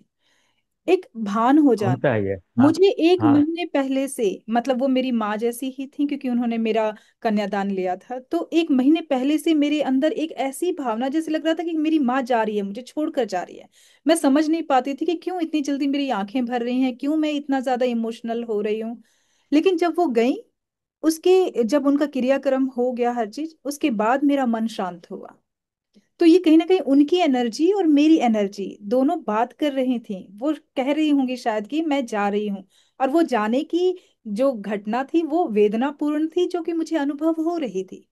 इस वजह से मेरा शरीर, मेरी आंखें, मेरा हृदय उस तरह से काम कर रहा था, लेकिन मेरा दिमाग समझ नहीं पा रहा था कि ये हो क्या रहा है मेरे साथ। हाँ, तो ये जो तरंगे निकलती हैं इसको जी वाइब्रेशंस कहते हैं। जी। यूनिवर्स भी इसी को समझता है, आदमी भी इसी को समझता है, भाषा तो बनना ही बात की है। बिल्कुल बिल्कुल बिल्कुल, यूनिवर्स बस यही समझता है, और इसी में यही सच्चाई समझता है। होती है। इसमें कोई हाँ, दो नहीं होता है। हमें ये तलाश करनी होती है, यूनिवर्स को हम कैसे हाँ। रिझाएं, कैसे भगवान को प्रसाद चढ़ा करके हम उनका आशीर्वाद लेते हैं, यूनिवर्स से भी आशीर्वाद लेना पड़ता है। अभी एक कुलभूषण व्यास जी हैं, यूएई के। उन्होंने, उनसे बात हो रही थी तो वो कहते हैं कि क्या है ना, कि जब इंसान की नीयत साफ होती है, जब हृदय साफ होता है, मन साफ होता है, तो तरंगे सीधी पहुंचती हैं। लेकिन अगर मन में खोट होती है, कुछ आप ऐसा सोच रहे हैं, जैसे हम कहते हैं ना कि हर चीज का एक ऑपोजिट फेस होता है, जैसे अगर ईमानदारी है तो बेईमानी भी होती है, अगर आपके अंदर काइंडनेस है तो ईर्ष्या भी होती है। तो अगर काइंडनेस की जगह पे ईर्ष्या आपके हृदय में दबी हुई है, तो वो आपकी तरंगों को ना ऐसे ऐसे कर देगी, वो पहुंच ही नहीं पाएगी वहां। प्रभाव नहीं। प्रभाव नहीं पड़ेगा, हाँ खिसक जाएगा। जैसे देखिए, हाँ लक्ष्मण को जब शक्ति लगी थी, जी, उसके पहले मेघनाद ने बहुत से बांध छोड़े। हाँ वो खुद कहता है कि सब पास से क्रॉस कर गया, हाँ उसको टच तक नहीं कर पाया। हाँ हाँ। यही चीज भावना के साथ भी होती है। भावना के साथ भी यही होता है। और ये भावना महसूस कर जाते हैं जिनको, जैसे माँ बाप की भावनाएं बच्चा महसूस कर लेता हम्म है। है, राइट। बच्चा कर और लेता है। हाँ, हाँ। जैसे प्रेमिका प्रेमिका कर लेते हैं, पति पत्नी का भी, मतलब ये यही कनेक्शन है। और ये एक कनेक्शन बिल्कुल वैसा ही है जैसे एक गुरुत्वाकर्षण होता है। और आप अच्छी हाँ। भावनाएं भी समझ लेते हैं, आप बुरी भावनाएं भी समझ लेते हैं, आपका माइंड कैच कर लेता है उसे। ये जो टेलीपैथी में, जब हाँ हम लोग छोटे थे यानी हाँ 10th के पहले, उसमें कुछ प्रबुद्ध लोग थे, वो कुछ हाँ कुछ घटनाएं बताते थे। हाँ। तो दो पर्सन्स को काफी दूर रखा गया। हम्म दोनों को कुछ कुछ माइंड में ट्रेनिंग दी गई। हम्म तो जैसे ये एक इंस्ट्रूमेंट है, हम्म मैं इसको इस पार्ट को छू रहा हूँ, हम्म इससे उसको कनेक्शन नहीं है, हम्म उसने भी उसी पार्ट को छुआ। ये लाइफ एग्जांपल है टेलीपैथी का। हम्म हम्म ये बहुत पहले की बात है, हम्म जिसमें हम कॉलेज कॉलेज का अर्ली स्टेज में, स्कूल के दिनों में थे। बस अच्छा, वही। बस आपने क्या कर दी? हाँ, हाँ, बोलिए। हृदय में होना चाहिए जी। मतलब यही हाँ। टेलीपैथी ऐसा है कि वो व्यक्ति, वो कनेक्शन आपके दिमाग में होना चाहिए और आपके हृदय में भी होना चाहिए। उसके भाव, हाँ, उसकी तरंगे होनी चाहिए अंदर, तब तो होगा, तभी होता है वो। अदरवाइज ऐसे नहीं होता कि आप किसी के साथ भी ऐसे नहीं होते जब पूरे। नहीं नहीं हो पाता है। और बहुत सारे अभी देखिए हम। लोग हैं, सॉरी, हाँ, बहुत सारे लोग होते हैं, जैसे एक आपने ब्रह्मा कुमारी ईश्वरीय विश्वविद्यालय का हाँ नाम सुना हाँ होगा, हाँ राइट। हाँ वहाँ पे वो लेखराज जी थे, जब जब उन्हें हाँ हाँ मुरली लिखना उन्होंने शुरू किया, हाँ तो उसके हाँ। पहले उनको साक्षात्कार हुआ। तो वो साक्षात्कार क्यों होता है? ऐसा बहुतों के साथ होता है क्योंकि पूरा ब्रह्मांड उनके दिमाग के अंदर होता है, पूरी सृष्टि होती है उनके अंदर। तो उनको वो सृष्टि वाले साक्षात्कार होने शुरू हो जाते हैं। ये भी टेलीपैथी ही है। आप टेलीपैथी है। बिल्कुल। अभी जो हमारे पुराने ग्रंथों में जितनी बात कही गई है, जैसे हमने पूर्ण पूर्णमिदम की बात बताई, हम्म फ्रेड हॉयल जो वर्ल्ड। जी सर, आप बात कर रहे थे कुछ। चलिए, बातें तो बहुत लंबी हो रही है, प्लस आप जो कह रहे थे लिंक पर उसे पूरा आ रहे कर हैं। शुरू कर लें। इम्पोर्टेंट ये है, हम्म अगर ये रिले होता है, इससे और कितने लोग प्रभावित होंगे, इसको गेस आप नहीं कर सकते हैं, हम नहीं कर सकते हैं, लेकिन ये प्रभाव अपने छोड़ता है कहीं ना कहीं। एक मैं बात बताता हूँ। सिन्हा, अजय सिन्हा या ऐसे कुछ नाम था, पटना के वो अनाउंसर थे। हम्म अरुण सिन्हा। हम्म वो कॉलेज में प्रोफेसर थे, लेकिन उसको छोड़ करके, अपना पैशन था, वो आकाशवाणी में अनाउंसर के पोस्ट पर आए। हम्म वो फिर प्रमोट होते होते डायरेक्टर भी बने। उसके बाद उन्होंने छोड़ करके अपना डबिंग स्टूडियो स्टार्ट किया था। बहुत इंटेलिजेंट था। मैं उन दिनों आकाशवाणी जाता था। जैसे क्या था, आपको अलग अलग विंडोज खुलते हैं, वहां पर इनको देखा मैं, हम्म केयरलेसली सीरियस बात को बोल देते थे। हम्म हम लोग टेंशन में है ना, कुछ नहीं, जाओ रूम में जाओ, ठीक हो जाएगा। उनका डेथ हुआ था, तो एक मुझे भी आया था कि आप इनमें कुछ अपनी टिप्पणी उनके बारे में कुछ लिखिए। सारी बातें हमने लिखी थी। एक पॉइंट लास्ट में लिखा था कि अरुण सर, आपको खुद नहीं मालूम आपकी एक्टिविटी, आपके डायरेक्शंस कितने लोगों को प्रभावित किया है। थैंक यू पटना की संस्कृति को प्रभावित करने के लिए। तो हमने जो बात बताई, उनकी बात अभी मेरे माइंड में कुछ बातें हैं। अरे जाओ ना, देखा जाएगा, जाओ रिकॉर्डिंग में जाओ। तो मेरा ये पॉइंट था, जो बातें भी हमारी हो रही है, इसे सुनना चाहिए लोगों को। कौन लोग कहाँ पर कैसे प्रभावित होंगे, कोई नहीं जानता है। बिल्कुल सही बात है, और किसके लिए हम बोल रहे हैं हमें ये भी नहीं पता है। जिसे ये भी नहीं मालूम जिंदगी है। वहां तक वो बात पहुंच जाएगी सर। हाँ। जी। अभी एक और एग्जांपल बताता हूँ, डॉक्टर सिप्रा मैम। हम्म उनको हम लोगों ने दस्तक के प्रोग्राम उससे बुलाया था। हम्म वो करीब 1 घंटा 22 मिनट का, 15 मिनट का प्रोग्राम था। हम्म मैं पूरे सुनता रहा, मैकेनिकली सुनता रहा। उसके बाद उनकी रिकॉर्डिंग को सुन सुन करके हमने एक रिपोर्ट तैयार किया था। 10 दिन का टाइम लगा। बहुत सी बात हुई कि आपने इतना मेहनत किया, ये किया। मतलब कि देखो क्या होता है, अगर मेरे मन में भावना नहीं रहेगी कि हम आपके बारे में कुछ लिखें, हम मैकेनिकल वे में लिखेंगे। जैसे अरुण सिन्हा जी के बारे में बताया, वो दिल से बात हमने लिखी। आपको नहीं मालूम है आपके एक्शन से, आपकी स्टेटमेंट से, डायलॉग से कितने लोग प्रभावित हुए। कितने लोग उसी भावना से मैं लिखा हूँ। थ्रू। और आज तक खुद हमने भी ऐसी रिपोर्टिंग किसी की नहीं की। आप उनका तो खैर पर्सनैलिटी बहुत ज़्यादा है, बहुत बड़ा उनका ऑरा है, उन पर तो आई होगी रिपोर्टिंग। तब हमने उनको कहा कि आप बुलाइए इनको अपने पर। और मैं कहा मैं लेखक केवल हूँ, मैं कोई बहुत बड़ा साहित्यकार नहीं हूँ, हिंदी पढ़ना बहुत पहले छोड़ दिया, उनको साइंस उनकी जो पढ़ना। वक्तागिरी है, जो जिस तरह से वो बोलती हैं, बहुत स्पष्ट और बहुत फ्लो में बोलती हैं और बहुत अच्छा हाँ, बोलती हैं। दिमाग उनका बहुत एक प्रोग्राम तेज हुआ है था। उनका जी। अ, ये हिंदी अकादमी मुंबई से हम्म। डॉक्टर प्रमोद पांडे उन्होंने लिया था। हम्म। उन्होंने एक गीत गाया था। हम्म। उस गीत पर हमने और डॉक्टर अभिषेक ने ये कहा कि माया गोविंद जी की एक गीत है, ये उसकी झलक दिखती है इसमें। जब यूथ में उन्होंने गाया था, इनका इनका लाइन है ये, कहनी है मुझे लाखों बातें, कैसे कह दूं तुझसे Yes, मैं। this is it, मैं हाँ जी हाँ। हाँ। जी हाँ, और उन्होंने उनका मेरे आवाज़ बहुत अच्छी है। गाया था। आवाज़ बहुत अच्छी है, हमने कई बार कहा, रिपीट किया कि आप इसको सुनाइए। उन्होंने मेरे रिक्वेस्ट पे एक दो बार सुनाया। हम्म। एक्सटेम्पोर सुनाया, ऐसा नहीं तैयारी करके आए थे। हम्म। तो ये कनेक्शन कहाँ से जुड़ता है? बिल्कुल बिल्कुल, मैं भी तो इसीलिए आप तो लोगों से मिल रही हूँ, क्योंकि तो मेरे हमने, हाँ, जिंदगी में हमने कभी हमने केवल उनका रिकमेंड किया अभिनेता था नहीं हुए जी। कि इन मैम को बुलाइए। हमने दो रिकमेंड और किए थे, हम्म। डॉक्टर प्रकाश और डॉक्टर आनंद मूर्ति। कतार में। उनके प्रोफाइल भेजे थे। कतार हाँ। में। तो जी। कतार में है वो। हाँ ना, तो आएंगे अभी आप। अभी मुझे आ गया। हम्म। मैं इसके लिए मेंटली प्रिपेयर्ड नहीं था, प्लस एक इंसिडेंस हुआ था जिसको मैं याद नहीं करना चाहता हूँ। मेरे कजिन का वो ऑफ हो गए थे कुछ दिनों पहले। तो एक टेंशन था ही। फिर हमने मैडम से बात किया, मैडम ने कहा कि नहीं, आप ये बात, इस बात को उनको नहीं बताया, बोला कि नहीं, आप उनके प्रोग्राम को अटेंड कीजिए। हम्म। हाँ। तो क्या होता है, कोई ना कोई मिलाता है। बिल्कुल बिल्कुल सर, हम्म, बहुत ये सारी चीजें हम कर नहीं रहे होते, हमसे करवाया जा रहा होता है। करवा दिया जाता है। हम निमित्त बन रहे हैं और इसके लिए हम सौभाग्यशाली हैं। और मैं हमेशा शुक्रिया करती हूँ कि भगवान अगर मुझे निमित्त बना रहा है तो बस इतना काफी है मेरे लिए। तो इतना हम लोग क्या काफी है। करते हैं, जिस सुबह जो उठते हैं तो कर आगरे बसते लक्ष्मी, तो ध्यान करते हैं। जी जी। उसके बाद हम, आइडियली क्या होना चाहिए, हम क्या प्रोग्राम आज करेंगे, क्या मेरे कार्यक्रम है, उसको एक एक थॉट देना चाहिए उस पर। और उसमें एक को पिक करना चाहिए जिसको dominant thought for the day कहते हैं। जो आपका डोमिनेंट थॉट रहेगा उस डे का, आप उसको वर्क कीजिए पहले।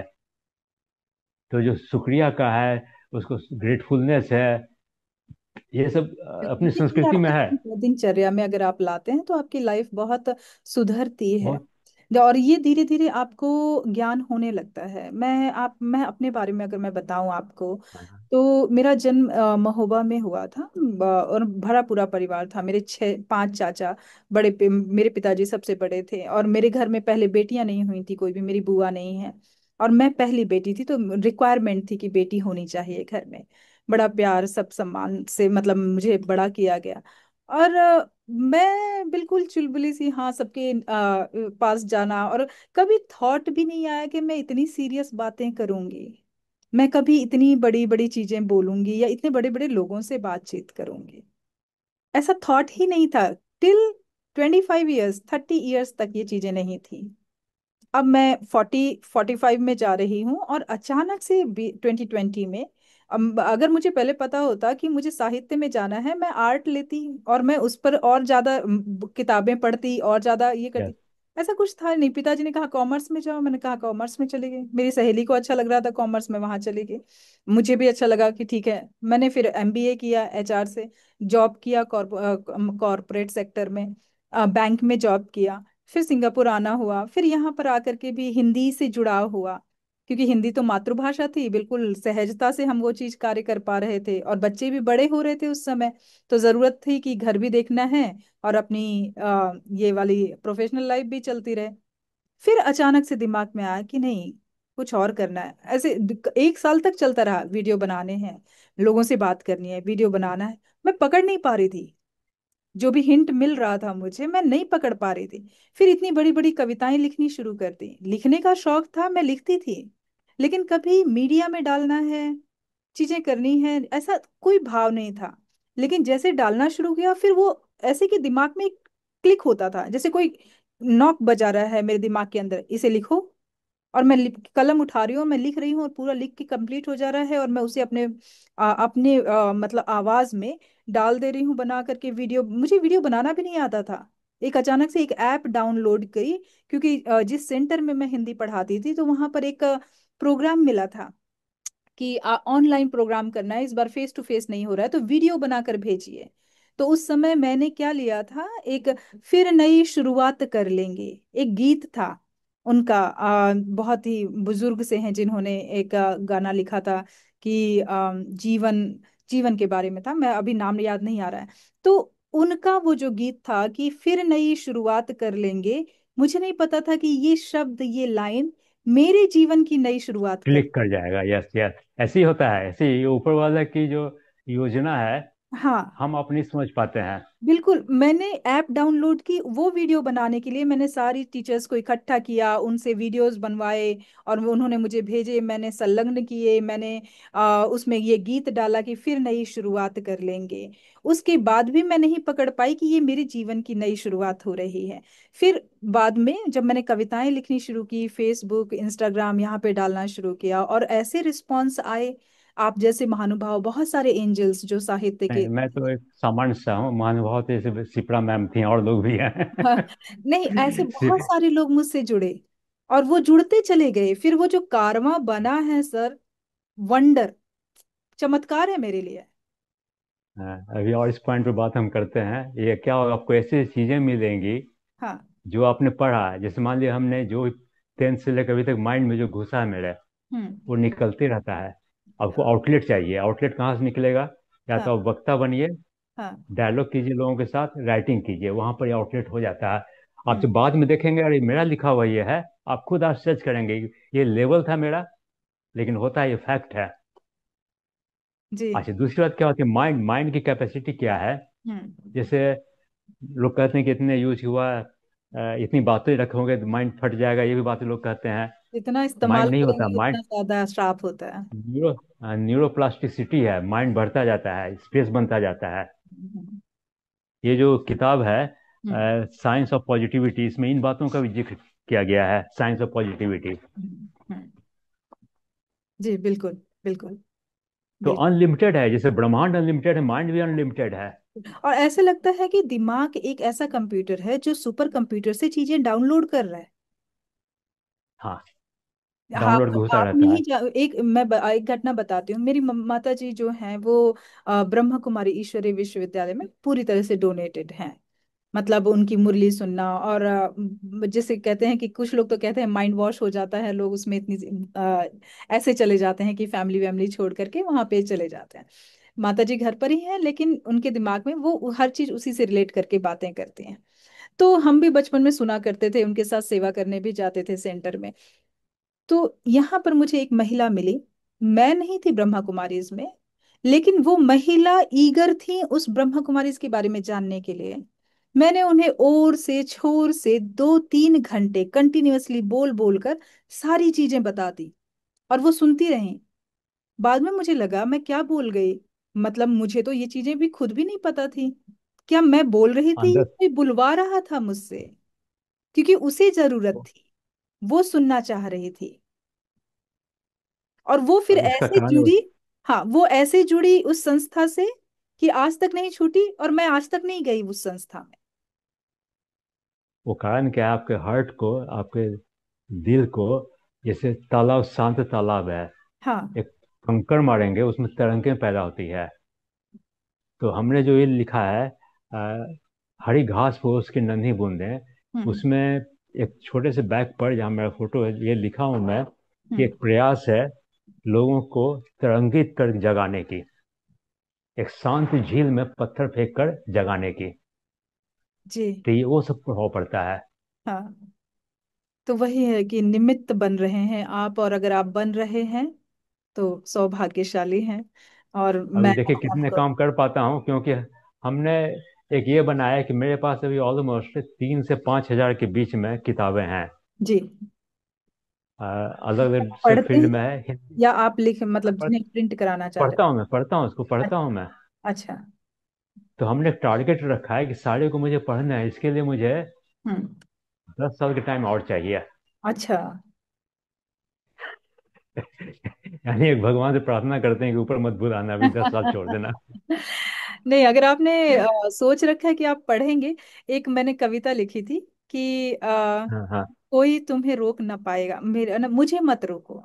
तो उसमें ऐसा ही था कि मुझे मत रोको, जो उग रहा है मेरे मस्तिष्क में, मुझे उसे लोगों तक पहुंचाना है, और मुझे मत रोको। और फिर उसमें एक लाइन थी बड़ी अच्छी कि अ, क्या हुआ अगर मैं चली भी गई तो, जो कार्य अधूरा छोड़ूंगी मैं फिर से आऊंगी, ये और आऊंगा, फिर बस से यही हमने होगा। पहले भी बताया था। हाँ, हाँ। हमने पहले अपने सेशन में बताया था जी। कि हम चाहते हैं कि हम वापस आए तो अपने निशान हम ढूंढ सके, हम नहीं ढूंढ सकेंगे, हमारे बाद वाले ढूंढ पाए उसे। और मैं एक और बात बता दे रही हूँ कि शायद जो मैं अब कार्य करने लगी हूँ जब से मेरी अवेकनिंग हुई है, ये कार्य मैंने पिछले जन्म में भी किया होगा। जब मैं छोटी थी, कभी मेरे बगल में रहते थे कभी। एक, पूर्व, हाँ, पड़ोसी थे। उनसे जब मैं बातें करती थी, मैं बड़ी अच्छी हिंदी में बातें करती थी। वो महाराष्ट्रियन थे, वो बोलते नहीं थे, हम अंकल अंकल कहते थे उन्हें। वो सुनते थे मुझे, बाद में कहते थे बघ ती पोरी किती शान म्हणते ना, शान हाँ बोलते। हाँ। तो ये बोलने की कला मुझे कहाँ से आई? मैं पहले भी तो बोलती रही होंगी, तभी तो फिर मैं बचपन में भी मैंने बोलना शुरू किया और उस तरह से बोलना शुरू किया। और जो कि मैं अब जो कर रही हूँ, ये कार्य अगर मैं कंटिन्यूअसली करती रही तो खत्म तो नहीं होगा। ये जो कहते हैं ना कि इमर्ज हो जाएंगे जो आपके कार्य, जो आपका आपका गुण इमर्ज हो जाएगा, वो आपके संस्कार में दिखाई देगा। और आपके कार्यों को जो छूट भी गए हैं, कोई दूसरा आएगा पूरा करने के लिए। पूरा, या हो सकता है भग, दूसरा करे, फिर भी हम उसमें लग जाएंगे, हम फिर। भगत सिंह ने जी। फांसी के एक दिन पहले हम्म। वो कुछ किताबें पढ़ रहे थे, उन्होंने क्या किया, हम्म। ये कुमार विश्वास का स्टेटमेंट है, हमने उसको राइटिंग कहीं पर नहीं देखा है। हम्म। उस किताब को उन्होंने किनारे पर मोड़ा, पहले मोड़ के लोग रखते थे, हम्म। हम्म। अभी तो फ्लैप लगाते हैं, इससे हम्म। मोड़ा उन्होंने। हम्म। तो जेलर ने कहा मोड़ा क्यों तुमने? कहा कि कल कोई और क्रांतिकारी आएगा, वो पढ़ेगा यहाँ से। जी तो जी। ये जो कुर्बानियों की लाइन है, बलिदानियों की लाइन है, कभी टूटने नहीं पाए, हकीकत का गाना है। बिल्कुल बिल्कुल सही कह रहे हैं आप। बड़ा अच्छा। कुर्बानियों की राह वीरान न हो। जी जी। और ये सिलसिला, अपने देखिए, ये सिलसिला ये चलता फिल्म रहे। जो है, हाँ यस, ये जो फिल्म है, फिल्म के बहुत से लाइन ऐसे हैं जो हम्म। बहुत प्रेरित करते हैं। मैं शोले की बात बताता हूँ। शोले 75 में आई थी। हम्म। हर जगह शोले शोले, आओ ठाकुर, कितने आदमी थे, इसकी चर्चा थी। हम्म। काफी दिनों के बाद जब सेकंड टाइम आई, तब मैं देखने गया। मैं क्या देखने गया था? हम्म। संजीव कुमार का एक डायलॉग था, हम्म। ठाकुर न तो झुक सकता है न टूट सकता है, ठाकुर केवल मर सकता है। हम्म।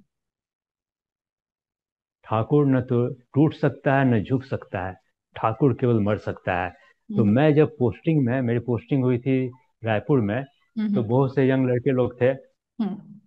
मैं उन लोगों को इन तरह के डायलॉग्स बोलता था हम्म। कि आपको ज्यादा कुछ नहीं सोचना है, आप काम करते रहिए, ना आपको टूटना है ना बिखरना है, आप केवल मरने के लिए तैयार रहिए। इसलिए हमने फिर उससे रिलेटेड लाइन एक कहा। बोला था, आप जी। तुम्हारे तेरे दामन में मौत से ज्यादा क्या है। क्या है तेरे दामन में मौत से ज्यादा। फिर फिर केसरी पिक्चर की एक लाइन है कवि गाने की, जी जी। हुआ तेरी अस्मत पर कुर्बान, हम्म। बहुत नसीबा वाला था। हम्म। ये अल्टीमेट है। हम्म। बिल्कुल और जो काम छूट जाते हैं उसके लिए आपको आना पड़ता है या कोई और आएगा। जैसे बिल्कुल। खुदीराम बोस ने क्या कहा, हम्म। फांसी के टाइम में कहा था, विदाई दे माँ, फिर घूरी आंसू आसे, मैं फिर लौट कर आऊंगा। लौट कर आऊंगा। जी। हाँ, अभी विदा दो मुझे।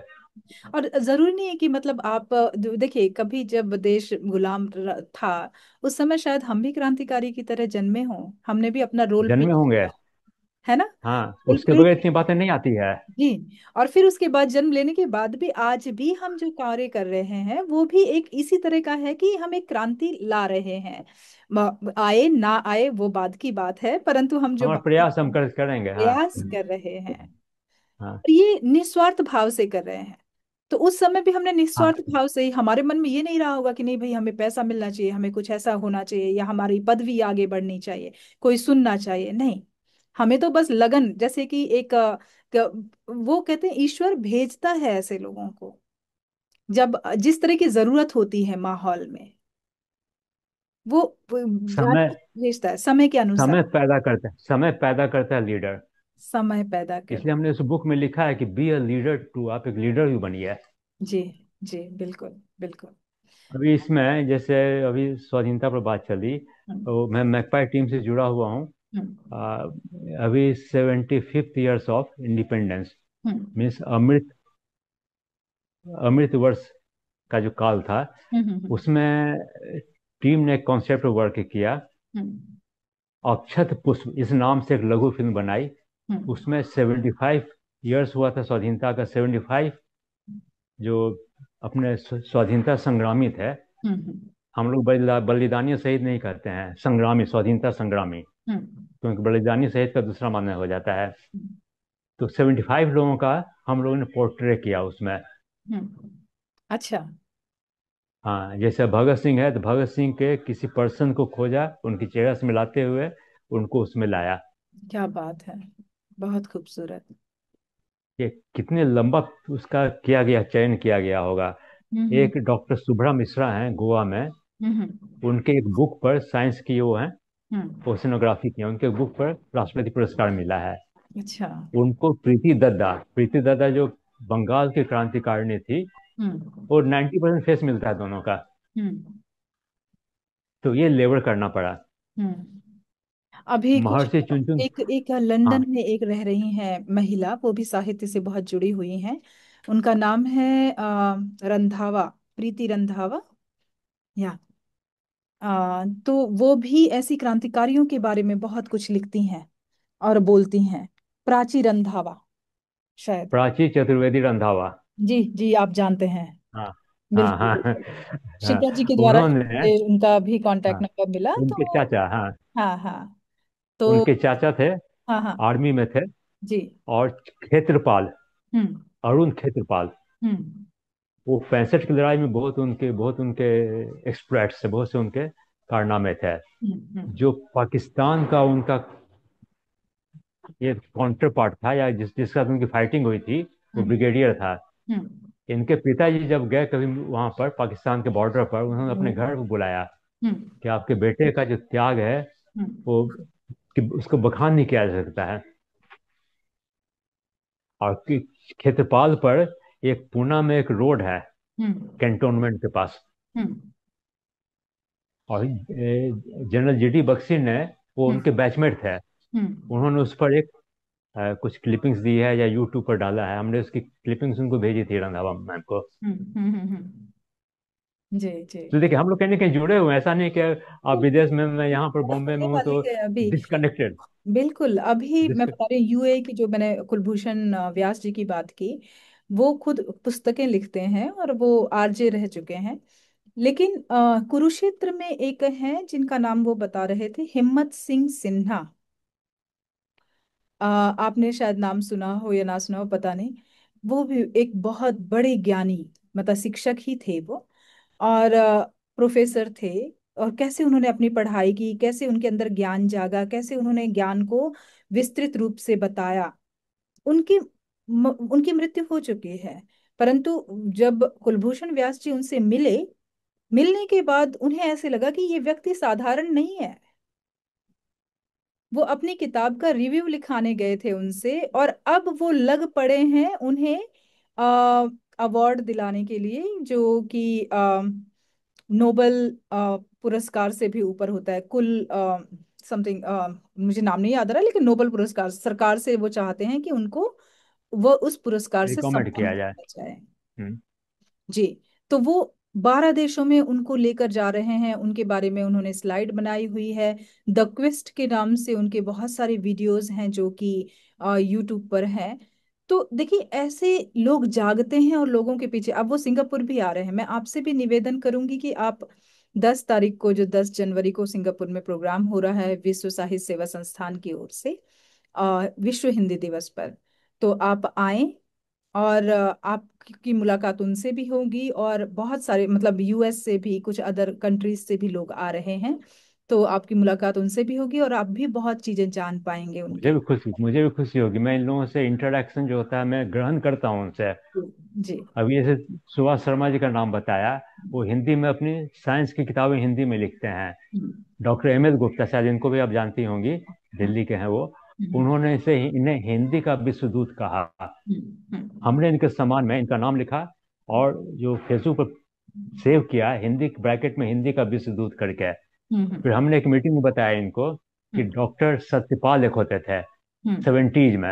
हम्म। वो केमिस्ट्री के बहुत बड़े विद्वान थे, उन्होंने हिंदी में केमिस्ट्री लिखी है। हम्म। तो उसके बाद मुझे फिर ये आपकी वो चीज दिखी उनमें। एक लंबा गैप है। उन्होंने कहा कि आप मुझे एक नई पहचान देना चाह रहे हैं। मतलब कि नई पहचान देना चाह रहे हैं, ऐसे आदमी का सम्मान होना चाहिए, लोग जाने। अगर कॉमर्शियल माइंडेड होते तो इंग्लिश में लिखते हैं, इंग्लिश की ज़्यादा बिक्री होती है साइंस सब्जेक्ट की। बिल्कुल बिल्कुल। हाँ।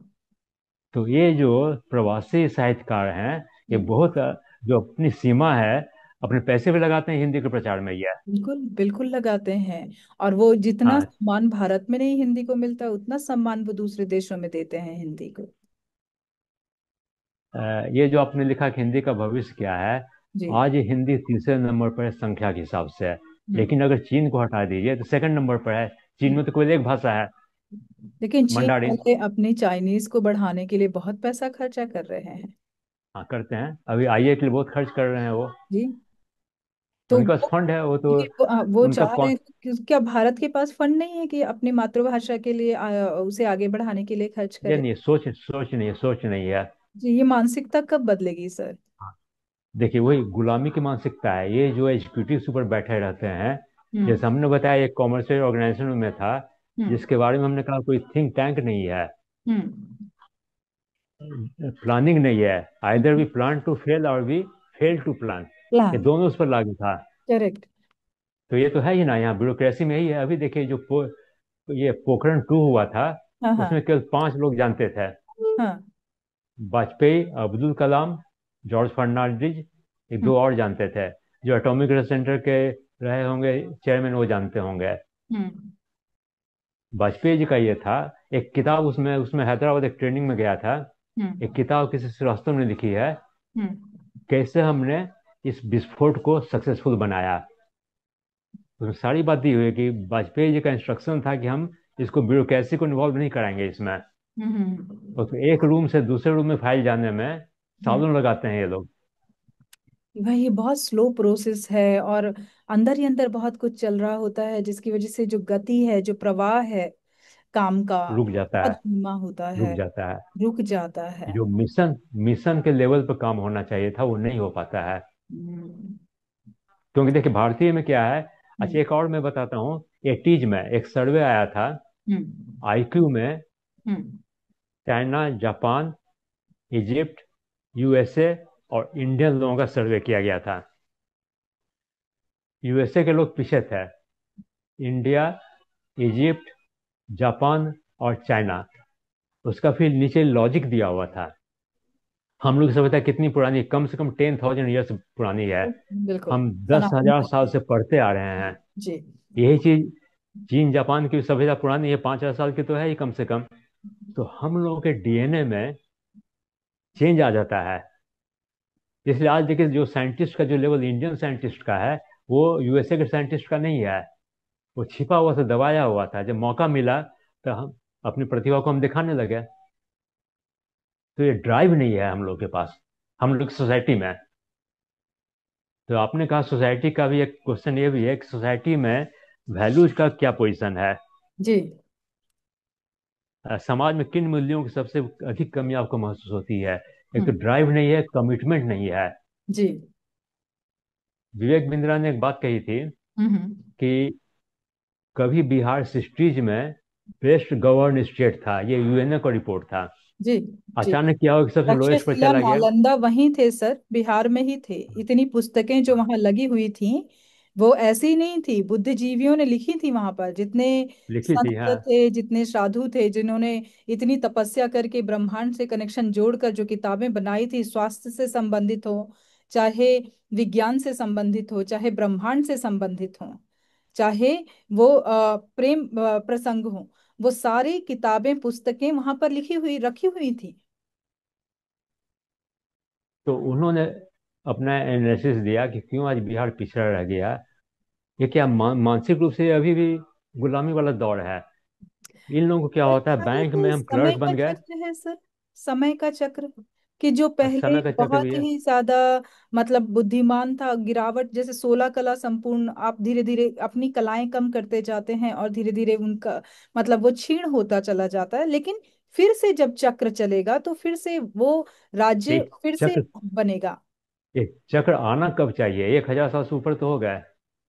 तो इसमें विवेक बिंद्रा जी ने एक एनालिसिस किया है कि यहाँ की मानसिकता क्या है। आप गांव का सर्वे करेंगे, यहाँ का यूपी तो सुधर गया, एमपी का भी कुछ हद तक। एक नौकरी मिल जाए, पूरी जिंदगी हम नौकरी में एक नौकर बन के रहेंगे, ये मानसिकता है। उसके बियॉन्ड नहीं जा पाते हैं। चलिए हम आगे बढ़ते हैं। हम हाँ, जब चलिए। किस विषय पर बात कर रहे थे? हम देखिए, इसमें पॉइंट ये आता है, किसने आपका दृष्टिकोण, जैसे लाइफ का दृष्टिकोण, नया डायरेक्शन कहाँ से मिला। तो पहली बात है, जब विवेकानंद की जीवनी पढ़ा, हम्म 300 350 पेज की है वो, 1 महीना टाइम लगे। 1 महीना में फुल टाइम अगर एक बुक पर देते हैं, हम्म तो सारे कंटेंट, सारे जो जिस्ट है, वो हम्म आपके माइंड पर इम्प्रिंट हो जाता है, हम्म गहरे इम्प्रिंट होता है। हम्म तो एक पहला वो था उनका खुद का पर्सनैलिटी। वो हम्म बहुत पढ़े लिखे थे, चाहते तो एक नौकरी करके, जैसे जनरली जो मानसिकता है उस समय आम भारतीयों की थी, एक नौकरी करके अच्छा जिंदगी जी सकते थे, सब छोड़कर सन्यासी बने। और उसी समय पिताजी ने कि ये जो शिकागो में उन्होंने स्पीच दिया था, उसकी 2 एडिशन निकली है। एक शिकागो वक्तृता नाम से हिंदी में निकली है, और शिकागो स्पीच से इंग्लिश से निकली है। हमने दोनों को पढ़ा। लेकिन उनके विचार, तो संत डायरेक्ट बनने से उनके विचार रुके नहीं। विचार तो उन्होंने मतलब नहीं। और ये हाँ जी। लाइफ को डायरेक्शन किसने दिया, हाँ किसने चेंज किया, तो विवेकानंद का बहुत बड़ा, उनकी जीवनी पढ़ा, उनकी शिकागो का स्पीच पढ़ा। हम लोग के दिनों में ये हाँ शिकागो वक्तृता, शिकागो स्पीच हाँ बहुत पॉपुलर हुआ था। जी। कहीं कहीं मिस इन्फॉर्मेशन थे कि 0 पर 7 दिन बोलते रहे। वो हम्म तो बहुत थोड़ा सा टाइम इनको दिया गया था। हम्म तो हाँ, एक वो है। ये तो बहुत ही सेकंड जो मुझे और विख्यात चेंज किया। घटना है, जो कि उन्होंने जीरो के ऊपर हाँ, शून्य के ऊपर बोला था। और हाँ। शून्य से जो था कि उन्होंने शून्य पर बैठकर बात की थी शून्य के ऊपर, और काफी समय तक उन्होंने जो है अपना भाषण दिया था। और उसी समय उन्होंने भाइयों और बहनों कह के संबोधित भी किया था जो वहाँ की पब्लिक थी शिकागो की। और वहीं से वापस लौटते इसलिए से बहुत से अपने लिए। हाँ। लौट इसमें के देखिए, थोड़ा सा वापस आए करेक्शन नहीं थे कर तो वो पाए लेट जीरो गए पर। वहाँ के जो लिए। धारणा बने। हम्म हाँ। एक एक धारणा ये बनी जीरो पर, उन्होंने कहा जीरो पर नहीं कहा था, उन्होंने हिंदू धर्म पर कहा था। ये ऐसा धर्म है जो सबों के लिए अपना दरवाजा ओपन रखता है। इनका कॉन्सेप्ट यही था। हम्म और जितने जितने भी क्रांतिकारी हुए, सब इनसे प्रेरणा लेते थे। सुभाष बोस इनसे प्रेरणा लेते थे। सुभाष बोस एक और पर्सन से प्रेरणा लेते थे, महर्षि चुनचुन पांडे। वो क्या किए थे, उनको एक स्पेशल कार्ड दिया होता है, जब चाहे हमसे मिल सकते हैं बगैर रोक टोक के। ये जो वो महर्षि योग की शिक्षा लेते थे। बाबा जिनकी मृत्यु अयोध्या में हुई थी। नहीं, ये तो स्वाधीनता के पहले इनका डेथ हो गया था। एक जो झुनझुन बाबा थे जिनकी मृत्यु अयोध्या में हुई थी, नहीं, नहीं, वो नहीं। कि वो महर्षि सुभाष चुनचुन चंद्र पांडे इनका नाम था। सुभाष चंद्र बोस मतलब वो दूसरे, नहीं, वो गुमनामी बाबा थे। हाँ, वो एक सुभाष। गुमनामी बाबा थे, उनको कहा जाता है कि सुभाष सुभाष बोस ही थे। हाँ, उनकी भी बड़ी जनरल जीडी बख्शी की से बहुत रिसर्च की किताब है। हम्म हम्म। ये काफी हम्म। चीजें मतलब मैंने तो सुनी है। सुभाष बोस, हाँ, हाँ, सुभाष बोस एक महर्षि चुनचुन पांडे थे भागलपुर के। हम्म और ढाका अनुशीलन समिति की स्थापना में बहुत बड़ा रोल था उनका। हम्म उनसे योग की शिक्षा लेते थे। हम्म और एक किंवदंती उस एरिया में यह भी है कि हम्म उन्होंने इनको अदृश्य होने की शक्ति बताई थी। योग के माध्यम से। योग से। योग से। हाँ हाँ। अभी ये जो थे एक बाबा, हम्म अ, लाहिड़ी महाशय, हम्म ऑटोबायोग्राफी ऑफ एन योगी करके परमहंस महाराज की किताब है। हंस उसमें उन्होंने महाराज इनका की जिक्र किताब है। किया है। जी जी जी। हाँ, हम्म हाँ। उसमें उनका क्लियर यह है कि एक आदमी एट अ टाइम दो बॉडी रखे हुए है, यानी शरीर से यहाँ भी है वहां भी है। लाहिड़ी महाशय हुए, महाअवतार बाबा हुए, तो ये संभव है।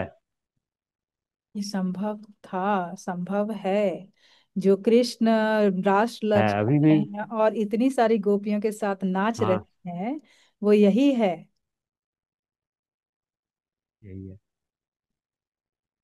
अभी शंकराचार्य ने परकाय प्रवेश किया था, हम्म। अपना आदि शंकराचार्य ने। हम्म। ऐसे लुप्त हो गई, बहुत सी तो जल जला दी गई नालंदा जैसी घटना में।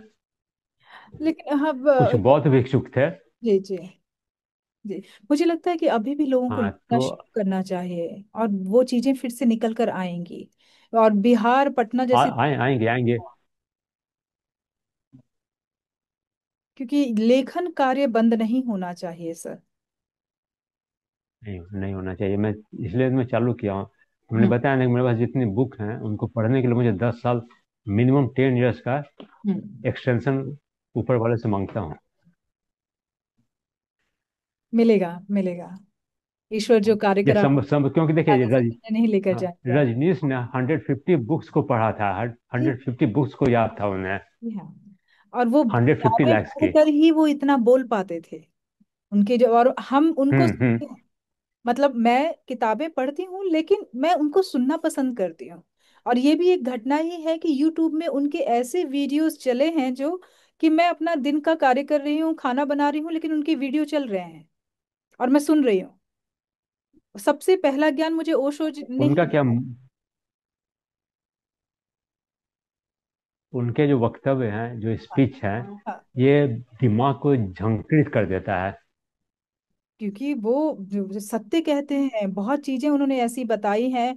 जैसे कि मतलब चलिए जो भी है मानव, उन्होंने ये बताया है कि प्रेम, प्रेम को तो चलिए ठीक है, उन्होंने जो भी बताया वो एक आकर्षण जो भी बताया, लेकिन और भी बहुत सारी चीजें बताई, मतलब कि आप फिरा लो फेरे किसी के साथ, कोई अर्थ नहीं बनता उसका। अगर प्रेम नहीं है, अगर बिना प्रेम के बच्चे पैदा हुए हैं, तो समझिए कि वो नाजायज बच्चे हैं। मतलब जो भावनाएं हाँ होनी ये चाहिए वो बहुत जरूरी है। अच्छा, ये बात कहने में थोड़ी सी अजीब लगती है, समाज में हम बोले तो वो कहेंगे नहीं अरे कुछ भी मत बोलो, भारत में तो ऐसी बहुत सारे बच्चे हैं, फिर वो नाजायज ही कहे जाएंगे कि प्रथम बच्चा जो होता तो ये होगा। ओशो का, हाँ, हाँ ओशो का हाँ।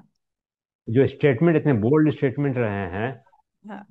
कोई ना कोई पावर तो उनके पास था। वो किताबों। अमेरिका को हिला दिए थे, जी। बाद में उनको वहां से हटाया गया। बिल्कुल बिल्कुल। जी। ओशो पूरम बसा दिया था उन्होंने अमेरिका में। हम्म। हम्म। तो वही है कि जब इंसान जागृत हो जाता है तो वो बोलने से ये क्या झिझकता नहीं, वो माइंड का, माइंड पावर का है। नहीं। वो बोलने से झिझकता नहीं है, और फिर वही और है आपके माइंड, पागलपन। जैसे आपने कहा कि पागलपन इतना बढ़ जाता है कि दुनिया उसे पागल ही समझने लगती है, और कुछ चीजें अति अति भी हो जाती हैं। बैलेंस नहीं बन पाता है, संतुलन नहीं बन पाता है। अब वही है कि उनकी जो हाँ तो वो बैलेंस, हम्म। जी बताएं। ये बैलेंस लाइफ लीड करने के लोग नहीं बने हैं। वो समाज को एक्स्ट्रा ऑर्डिनरी देकर जाने के लिए बने होते हैं ऐसे लोग। बिल्कुल बिल्कुल। वही कहते हैं कि हमने तो वशिष्ठ नारायण सिंह को लाइव, हाँ हाँ। वशिष्ठ उन्होंने, नारायण सिंह जी को लाइव हमने देखा है। जी जी। वो आइंस्टीन की थ्योरी ऑफ रिलेटिविटी को भी उन्होंने कहा था कि इसमें फ्लो है, और ये बहुत जगह प्रूफ भी हुआ है कि फ्लो है इसमें। ये ग्लैमरस बना दिया गया। हम्म। हम्म। ओशो जी की एक बड़ी तो अच्छी ऐसे ऐसे बात लोग है, तो वो कहते हैं कि जब आप मर जाओगे तो आपसे कोई ये नहीं पूछने वाला कि आपने क्या कुकर्म किए, क्या कर्म किया। आपसे ये कहा जाएगा कि आपको बहुत सारे मौके ऐसे दिए जहां आप जी सकते थे, जहां आप हंस सकते थे, जहां आप खुश हो सकते थे, जहां आप वो घटित कर सकते थे जो कि घटना घटनी चाहिए थी, लेकिन आपने नहीं पकड़ा उस मोमेंट को, नहीं पकड़ा आपने, आपने नहीं जिया उस मोमेंट को, क्यों छोड़ दिया, ये सवाल हाँ पूछा जाएगा। हाँ, एक लॉ, हाँ, लाफ्टर इंटरटेनमेंट प्राइवेट लिमिटेड के हम्म। राजेश शर्मा जी हैं। हम्म। उनको हम लोगों ने मैकपाई पे बुलाया था। उन्होंने यही कहा था कि हंसाना बहुत मुश्किल है। जी। दिखता है कि बहुत अच्छा है, बहुत मुश्किल है। अंदर से हंसाना बहुत मुश्किल काम है। उसके लिए सेंस ऑफ ह्यूमर तगड़ा चाहिए सर, विनोद पैदा करना हम्म। इतना आसान नहीं है। आप तो देखिए अभी एक और बताता बहुत हूँ सारे कवि हैं, उनमें से कुछ ही दृष्टिकोण। हाँ कवि हाँ। ऐसे हैं जो कि बहुत अच्छा बोलते हैं और जिससे हंसी पैदा होती है। एक सुरेश शर्मा है, लेकिन अब वो थोड़ा मुझे लगता है कि इतने प्रभावी अब नहीं हो पा रहे हैं वो। सुरेंद्र शर्मा। उम्र हो गई है, उन्होंने मोस्टली तो जो भी विनोद पैदा किया है पति पत्नी के संबंधों से हाँ। पैदा किया है, तो अच्छा है, उनका भी बहुत बढ़िया है। और अब देखिए कवि की बात चल रही है, मैं कवि डॉक्टर प्रमोद तिवारी जी, हम्म। यूट्यूब पर उनका एक देख रहा था। हम्म। नदियाँ धीरे धीरे बहना रे नदियाँ। हम्म।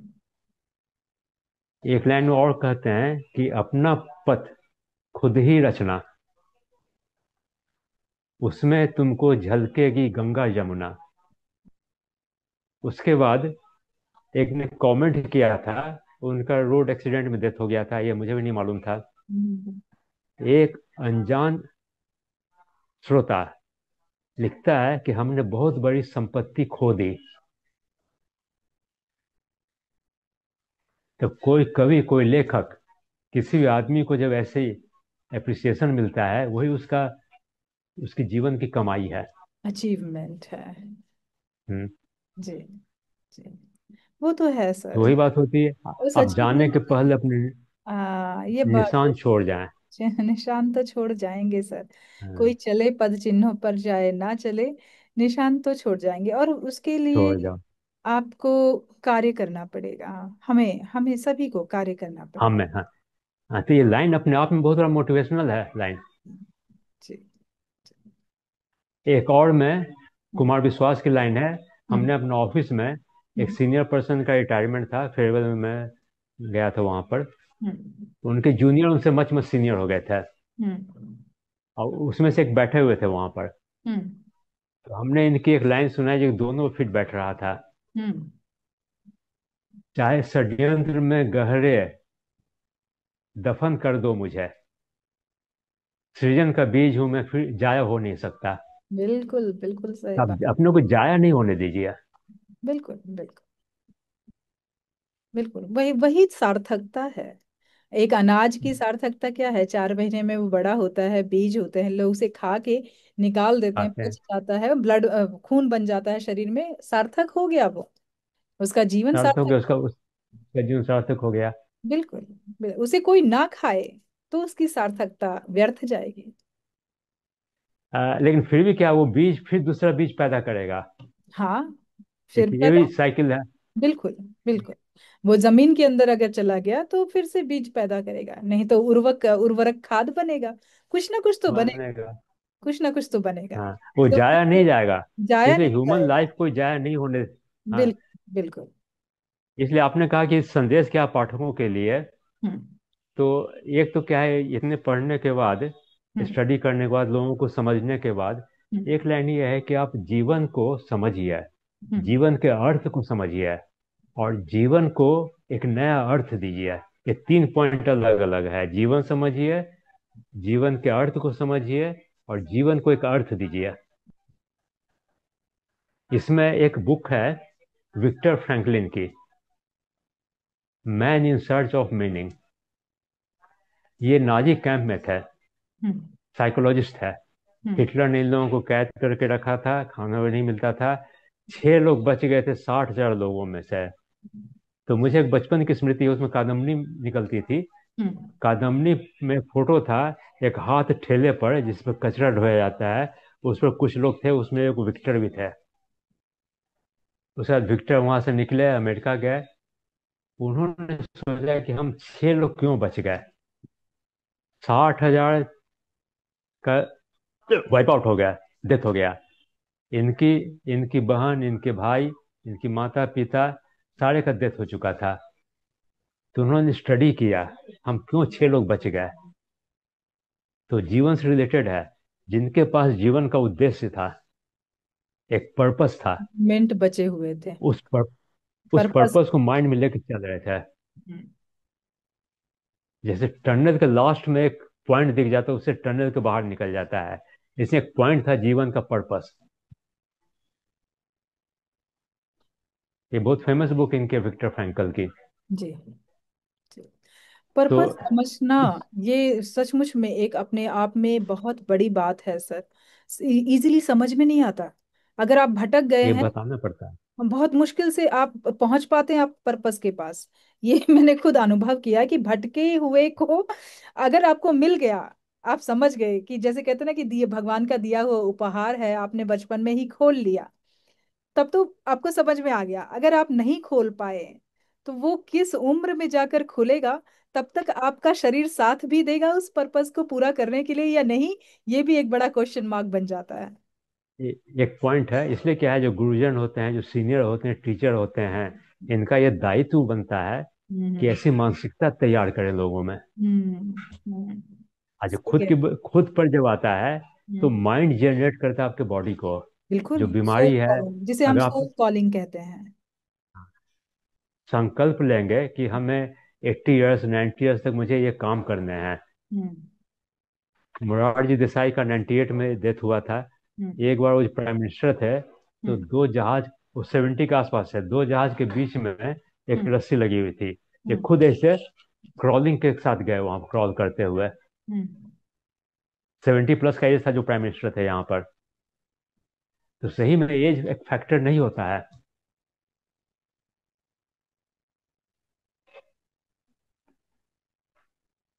तो एक संदेश यही है हम्म, श्रोताओं के लिए, जो सुन पा रहे हैं, देख पा रहे हैं, जी कि लाइफ का एक पर्पस लीजिए, लाइफ को एक मीनिंग दीजिए और उसके पीछे भागिए। जी। तो क्या होगा, आप जब दौड़ कर जाएंगे, आपको कुछ राह के कांटे नहीं दिखेंगे, आपको एज नहीं दिखेगा, मुझे ये काम करने, हम इस काम को करेंगे। मछली की आंख दिखेगी, और फिर केशव बस भी बस। साथ में होंगे आपके। वही पार केशव तो हमेशा साथ रहते हैं, नहीं, केशव तभी साथ होते हैं जब आपको जब मछली आपकी की आंख इच्छा होगी। दिखे। हाँ, नहीं जैसे हमने आते स्कूल के केशव, दिनों नहीं में आते। अगर आप पार्थ नहीं बने तो केशव नहीं आते। इतना तो मैंने देखा है। हाँ आपको है। पार्थ बनना पड़ेगा, आपको अर्जुन बनना पड़ेगा। आपको ध्यान ऐसा जब लगाना पड़ेगा कि आपको मछली की आंख दिखे। तब हर समय केशव जब आप के साथ होते हैं। अर्जुन बनेंगे, हम्म, तो फिर गुरु भी मिलते हैं। जी जी। फिर तो पूरे सृष्टि गुरु हो जाती है। फिर तो हम्म। पूरा ब्रह्मांड गुरु हो जाता है। चलते फिरते आपको ज्ञान मिल जाएगा, आपको आपके प्रश्नों के जवाब मिल जाएंगे। बस आपको सिर्फ कहने की बात होगी कि मतलब मुझे जवाब चाहिए, आप प्रश्न रखिए। आपको चाहे टीवी के माध्यम से, फिल्मों के माध्यम से, या किताब के माध्यम से, चाहे ट्रक के पीछे लिखी हुई दो लाइनें ही क्यों ना हो, लेकिन वो अगर आपके प्रश्नों का उत्तर है तो वो आपको दिखाई जरूर देगा। वो भी बहुत इंपॉर्टेंट, ट्रक के पीछे जो लाइनें लिखी रहती हैं, हम्म हमने बहुत सी लाइनों को नोट किया है। हम्म हम जो ट्रेन पर ट्रेवल करते हैं, हम्म उसमें जो को पैसेंजर बहुत सी बातें बोलते हैं, उसको भी मैं नोट कर लेता हूँ अपने मोबाइल पर। हम्म, अरे इतने ऐसे ऐसे आइडिया मिलेंगे, जैसे आपके सोचने की एक सीमा है।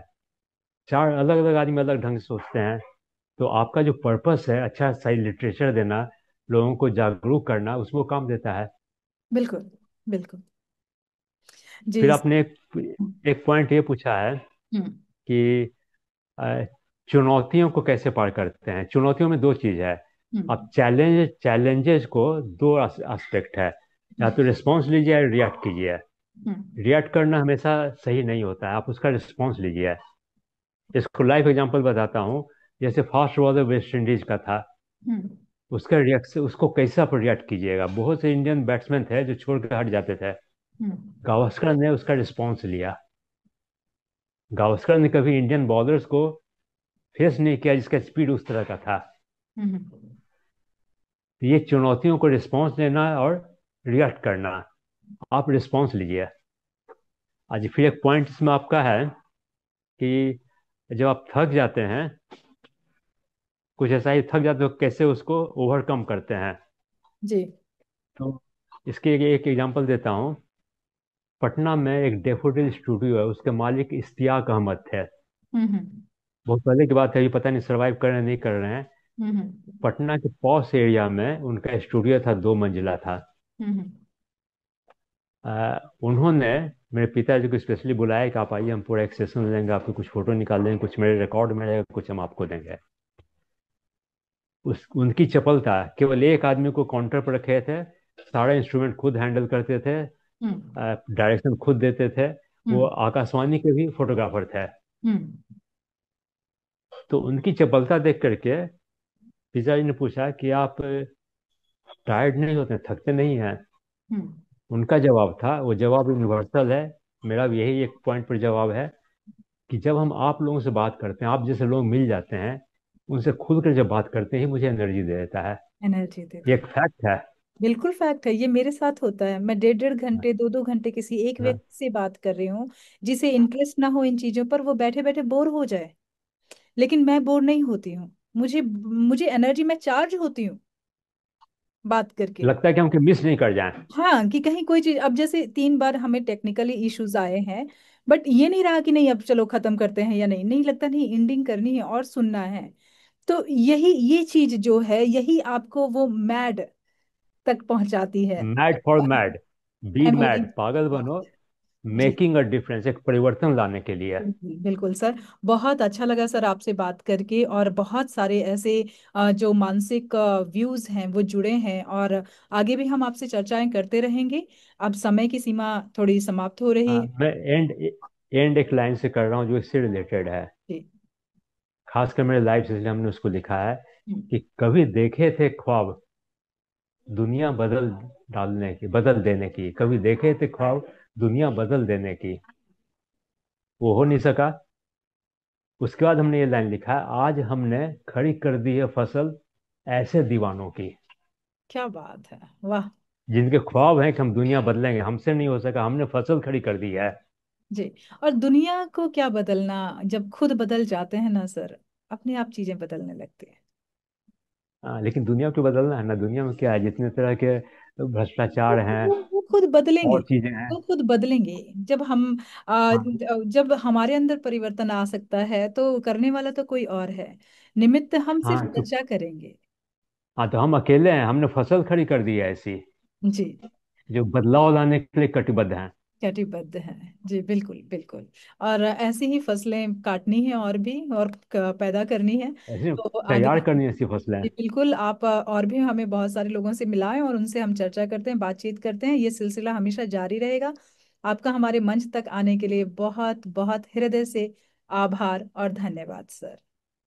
चलिए धन्यवाद। एक तो देखिए, मौका देना भी सामान्य काम नहीं है, सब। इसलिए हम कृतज्ञता ज्ञापित करते हैं।